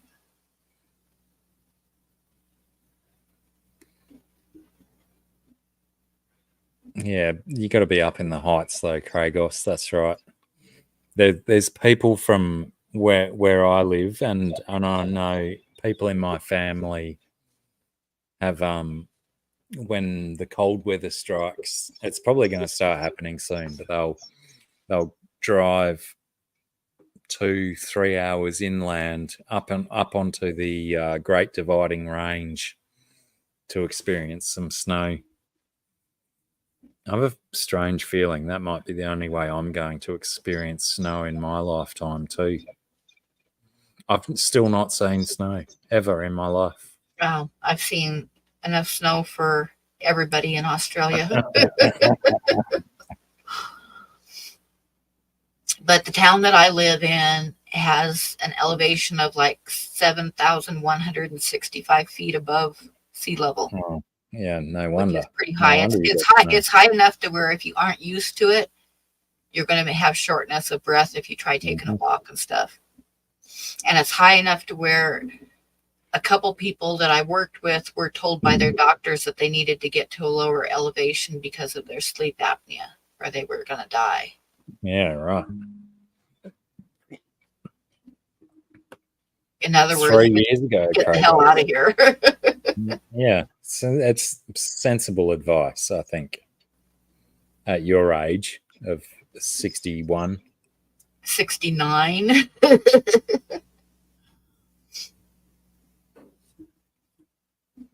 Craigos's first experience with snow was 3 years ago. And you're super much younger than me, Craigos. I'm getting hollered at, so I'll go and check on that, and I'll be back shortly. Okay. I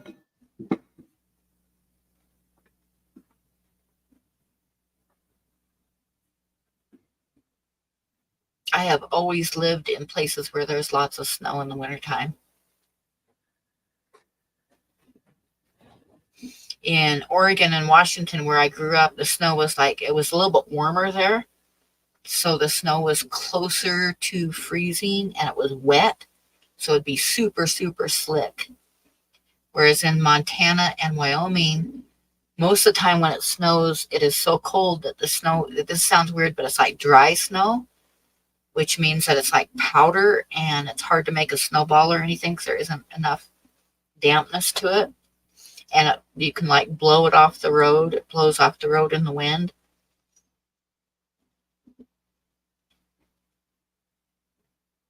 Yeah. You hate other people's driving in the snow. Totally. Totally get that. Especially like say in Oregon and Washington where it's wet and it's super, super slick. Here in Wyoming, most of the time it's like dry snow and it can get packed down and somewhat slick, but nothing like it gets on the coast where it's warmer.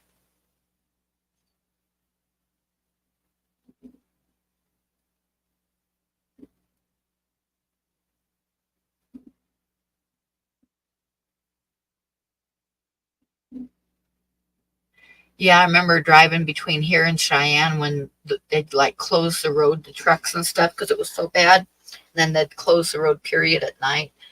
But you have to go over the pass, which is at over 8,000 feet over the summit. And I remember driving to work one day and it was like you couldn't see 3 feet. It was snowing hard and you couldn't see 3 feet in front of my truck. And some guy went flying by me. He must have been going 75 or 76 miles an hour. And I was like, how can you go that fast? You can't even see, ahead of you because of the snow coming down. And sure as shit, I got about maybe another 2 miles up the road and his nice new fancy truck that he'd gone flying by me on was like upside down in the ditch. And the guy was standing there outside of his truck, like looking all pissed off. But yeah, people drive like idiots.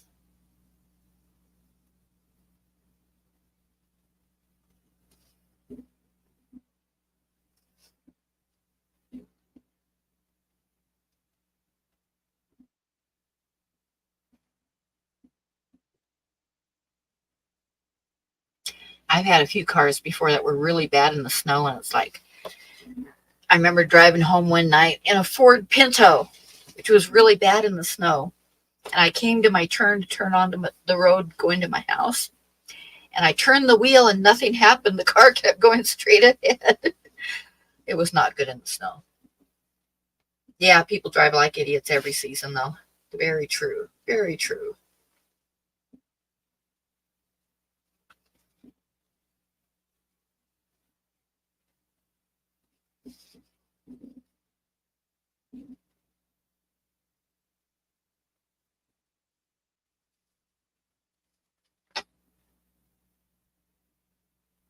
When I worked in Cheyenne, everybody that I worked with thought I was a badass because I'd come rolling into work and they'd have closed the freeway behind me and the roads were horrible and they didn't expect to even see me because the roads were closed and I'd come walking in, and everybody thought I was a total badass. But what they didn't know is that my knuckles were pure white driving in that shit. It's like, but I made it. I kept making it.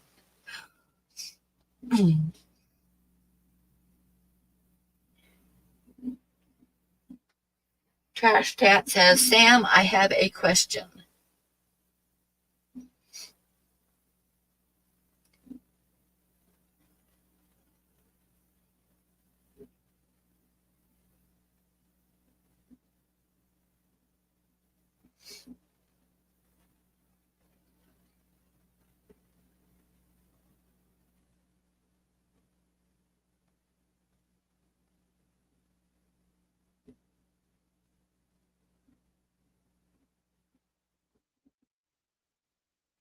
What I hate worse than snow, and some of you are going to know what I'm talking about, some of you probably won't, but what I hate driving in that is worse than snow is fucking freezing fog that freezes on the windshield before you can even, before the warmth will even melt it or anything. So you got like,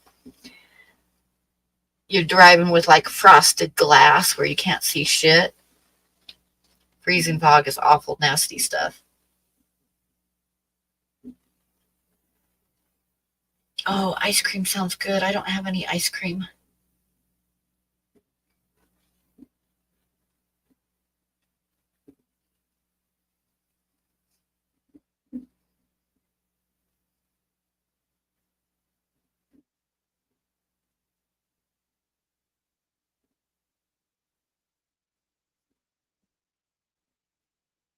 Yeah, if you guys want to go to bed, I mean, anybody that wants to go to bed, you can head for bed. It won't hurt my feelings any.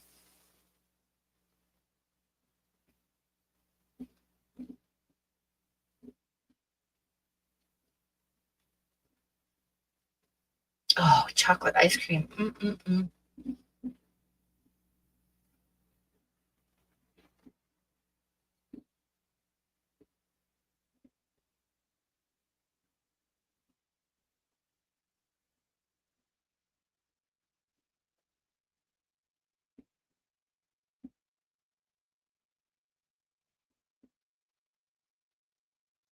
So you guys remember Saturday night is going to be a paranormal stream.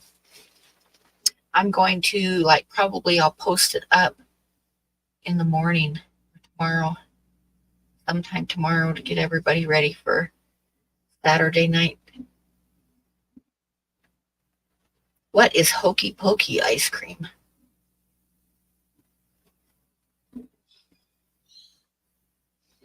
One of my favorite ice creams is sea salt and caramel.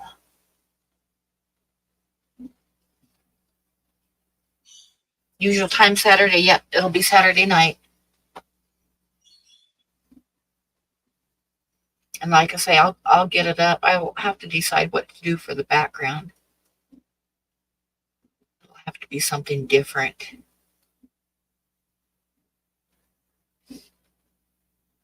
Me and Belinda believe in it. The paranormal.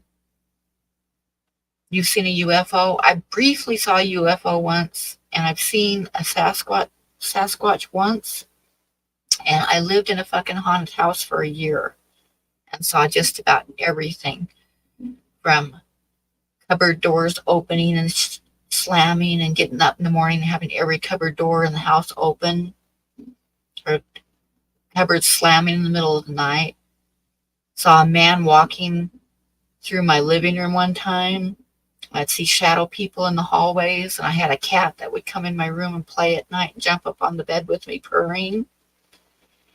And all kinds of fun stuff. Things moving by themselves in the kitchen, things disappearing and finding them in weird places.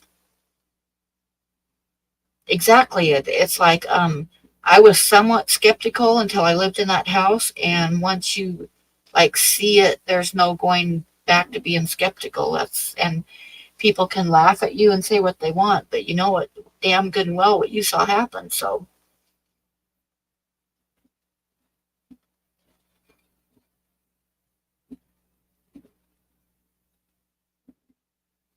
I kind of got used to it, where most of it didn't scare me. Some of it still did, but most of it I just kind of look and then keep going, pretend I didn't see anything.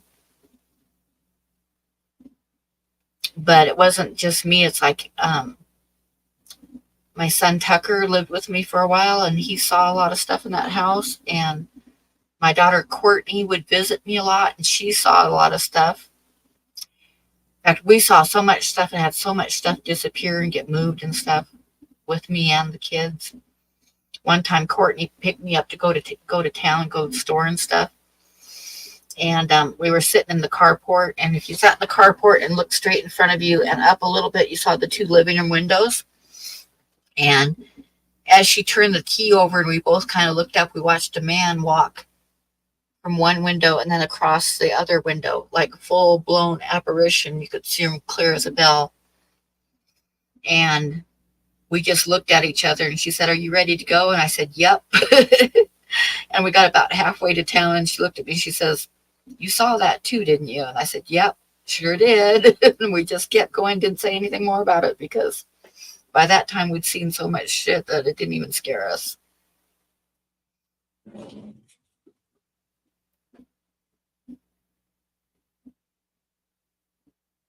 Yeah, I was watching the night sky one time when I lived in Washington, and I watched like this light. It was really black out, but there was a light and it just went like 90-degree angle, like really super fast.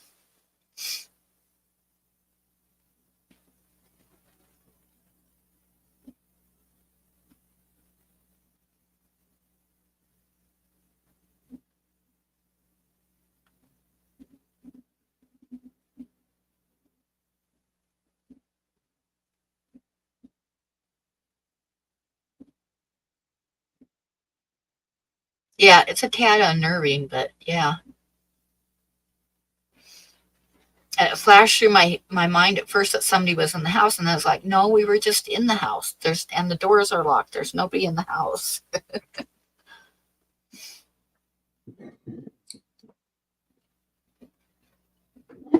Speaking of UFOs, oh, never mind, that's Blackie. It was just Wasn't even flying. His hair was flying in the wind, in the breeze. This bit's doing.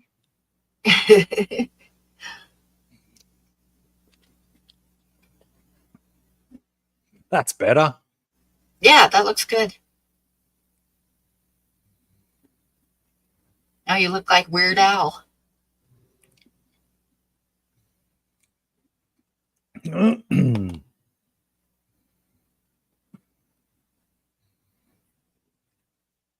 Australia doesn't exist. It's a running joke around here in not in Wyoming, but in like Oregon and stuff. It's like you see jokes all the time that Wyoming doesn't really exist.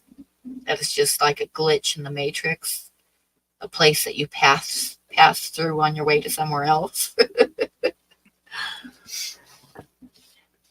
It's amazing that in these modern times when we've got access to such information that people can be so ill-informed and swayed by such simple concepts. Like, I appreciate that the world is definitely flat for sure, but all of these other things that go on, Australia doesn't exist. Birds are just robots. Wow. Unidentified freely objects.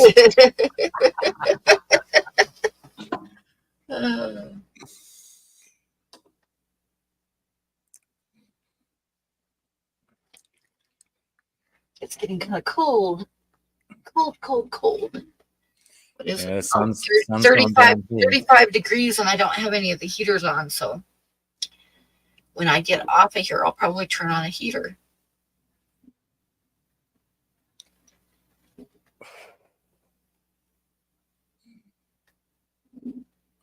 Yes, the sun's disappeared below the tree line here now. So as soon as that happens at this time of year, the temperature drops rapid. Yeah. Oh, Wyoming is kind of semi in spring, but not really yet. Like I say, other places like TJ was telling me where she lives like away south of Chicago, and they've been having 80 and 90-degree temperatures. And I'm sure Grasshopper in Northern California, he's probably been having 90 to 100 degrees. And it's like and Oregon is like well into spring and starting in summer. And here we sit in Wyoming with 32 degrees and the wind blowing like hell. Montana got snow this morning. Didn't I always say he's expecting 88, was it, tomorrow? Yeah. And I'm expecting like 54, I think.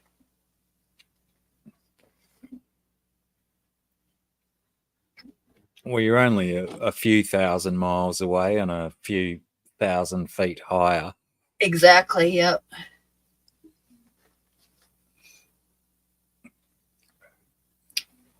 It is totally normal, and it happens almost every year. We will get our last big snowstorm at the end of May. We might get away with not having it this year, but it's normal for like the last week of May to have our last snow. And like 2 years ago, I think our last big snowstorm was June 8th. So, yeah. Most people are well into summer by then.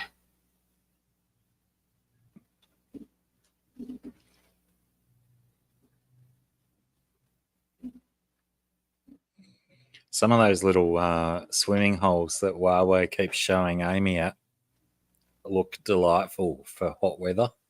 Yeah, they did. And the grass is so green in the videos he's been showing. It's like really green grass. We're just now starting to get green grass. But he was showing like lush green grass, and we still had like brown little stubs with snow on top of it. And all across the country, people are starting their gardens and starting their outdoor tubs and stuff. And it's like, shit, we're still cold. Still got a month or so. Yeah.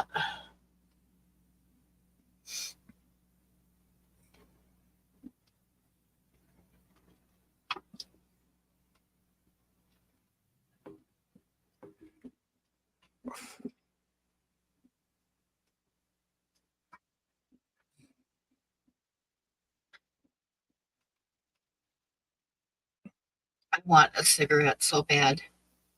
Just because I've been thinking about it the last few days, because I've been planning on stopping at the tobacco store. I'm sure it. And you notice, did you notice earlier, as soon as TJ came in, I automatically stopped talking about wanting a cigarette? Because I knew if I said anything, my messages would be full of exactly and all the health disasters and shit from smoking. And how disappointed she was in me, and on and on and on and on. So I just shut up when she came in.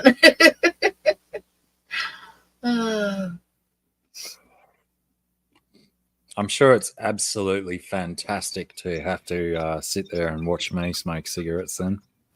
It normally, like, it's been a while and it doesn't really bother me, but it just the last few days, because I've just been waiting to get a hold of our last couple weeks, actually. I've been waiting to get a hold of the damn taxi, and one of my plans is to stop and get a bag of tobacco.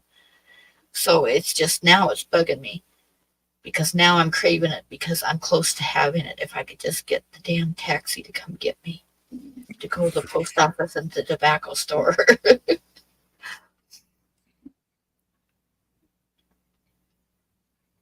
And the thing is, a bag of tobaccos that I get doesn't have all the additives and stuff in it, so I don't like crave the nicotine. It's not like, because I'm so used to it, it's not like they put additives, which is actually what you crave when you buy a pack of cigarettes, but it's not in the tobacco that I buy. And it's cheaper too, because the tobacco that I buy is cigarette tobacco, but it is marketed as pipe tobacco. So it'll say pipe tobacco on the bag, but it's definitely not pipe tobacco. It's cigarette tobacco. But the reason that they do that is because cigarette tobacco gets taxed like hell, and pipe tobacco doesn't. So they sell it as pipe tobacco. Interesting.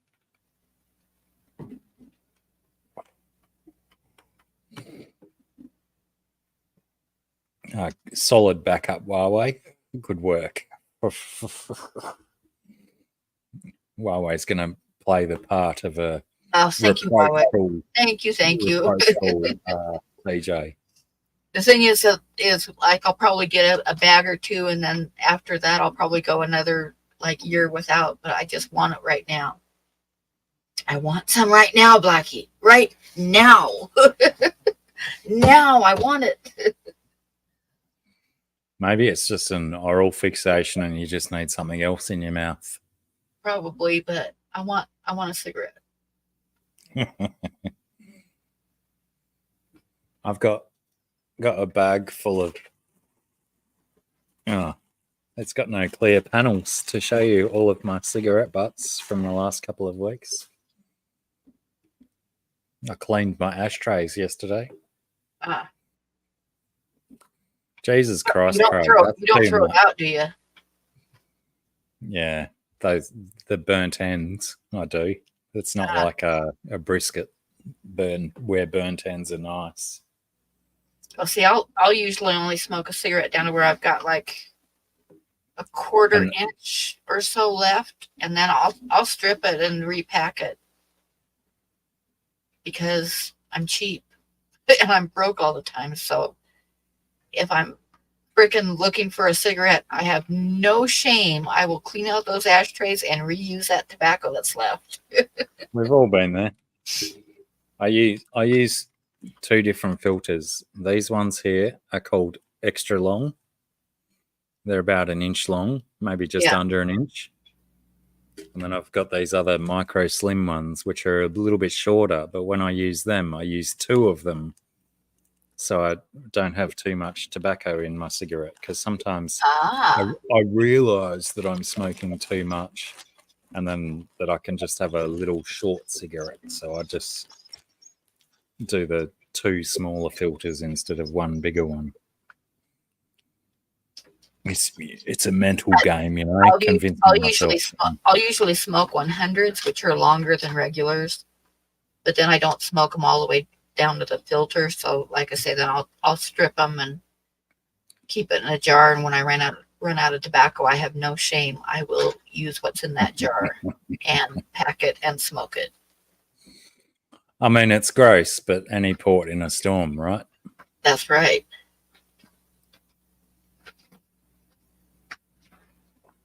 And one of my neighbors at one time was cleaning out my ashtray in my truck all the time, and it pissed me off because I'd be out of tobacco and I'd go out to my truck and somebody had already like gotten into my truck and took all the cigarettes out of the ashtray. So I'm not the only one that does it. Yeah, no, there's plenty of people around like that. Just survey the homeless.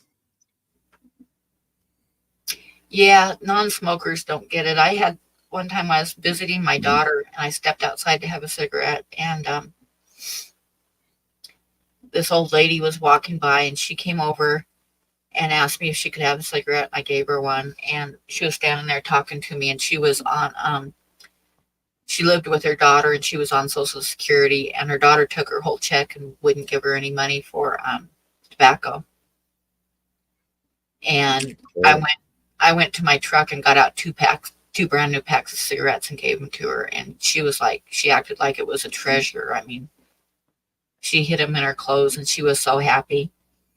And I got in the house and my daughter started chewing me out. She says, "That's that old lady that always goes through town like collecting butts out of the ashtrays and stuff. You know, you shouldn't have given her anything like that. She's just disgusting." And I'm like, "You just don't understand."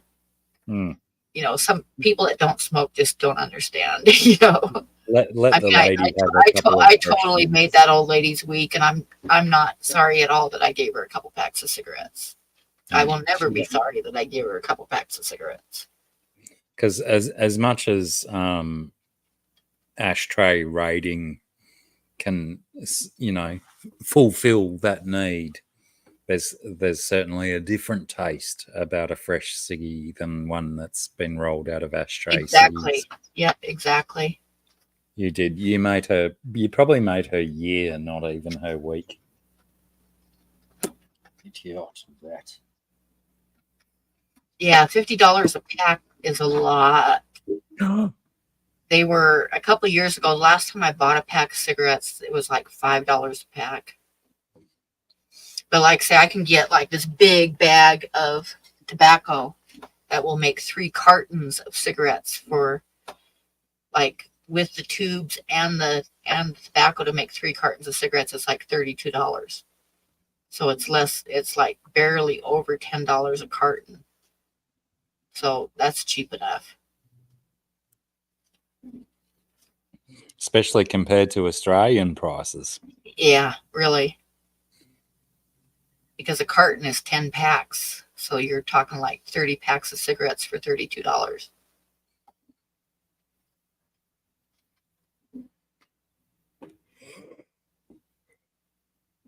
And you can stretch it out even more if you repack those suckers.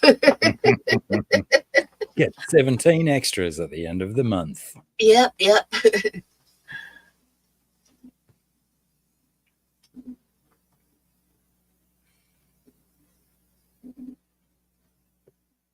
Dang, dang, dang, dang, dang, dang, dang, dang.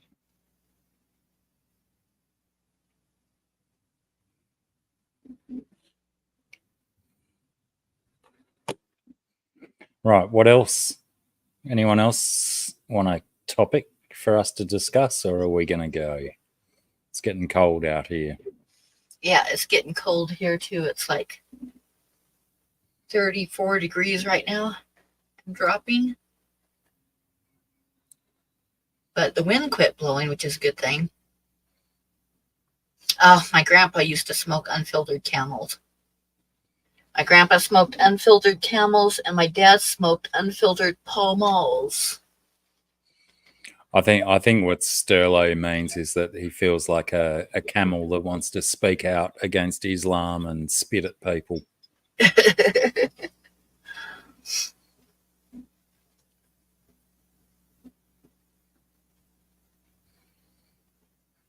Oh my goodness, Kiwi, I wouldn't be able to smoke if it was that much, ever. It's hard enough for me to scrape up $32 to buy the tobacco. But I got smart about a month ago. I ordered the tubes online from Amazon. So I have lots of tubes. So now when I go make it to town, all I need to buy is the tobacco itself. So God damn it, I want a cigarette, Blackie. I am ready.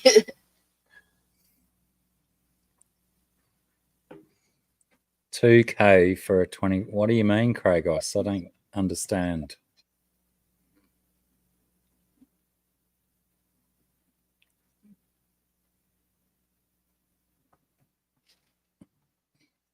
I'm assuming 2K in this instance doesn't mean 2,000. Ah, getcha. Right. Okay. Well, hopefully I avoid prison for the rest of my life so I don't have to worry about that concern, Cragos.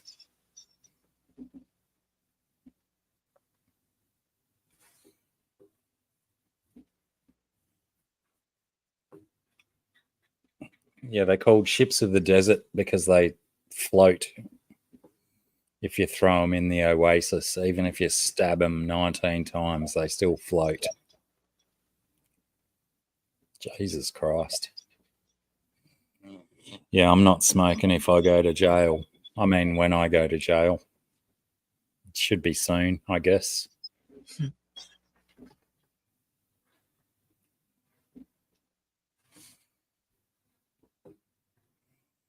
Commissary money. Burn it.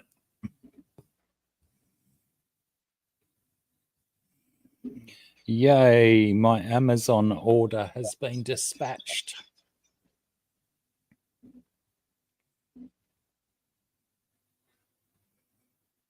It's been shipped. Why do they need to send me so many notifications saying the same fucking nonsense?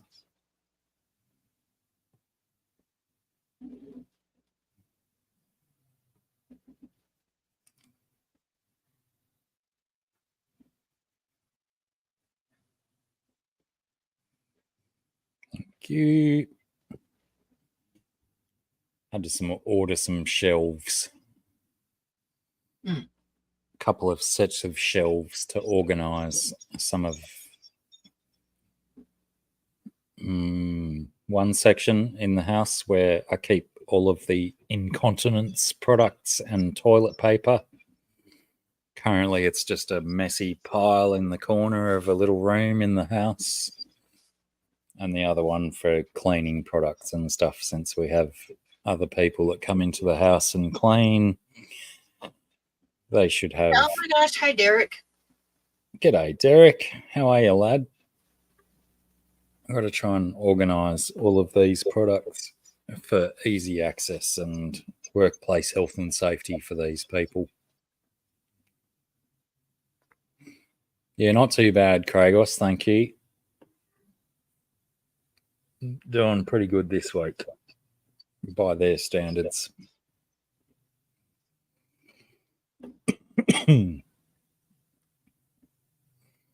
What time is it? It's about time. I got to go and throw the oven on to warm up last night. Yeah, we should get going anyway because I've been streaming for just short of 4 hours, which I think is good enough for one night. Oh, I don't think anyone expected anything less from being gone for so long, and then we come back and do a little bit of a long one. Yeah, got to do a long one. Saturday night might be long too because I think it'll be really fun. Lots of stuff to talk about as long as he makes it up. One story will lead into another, etc., etc. Yep, and he's been driving truck for years and driving at night most of the time, so you know he's seen a lot of shit, weird shit.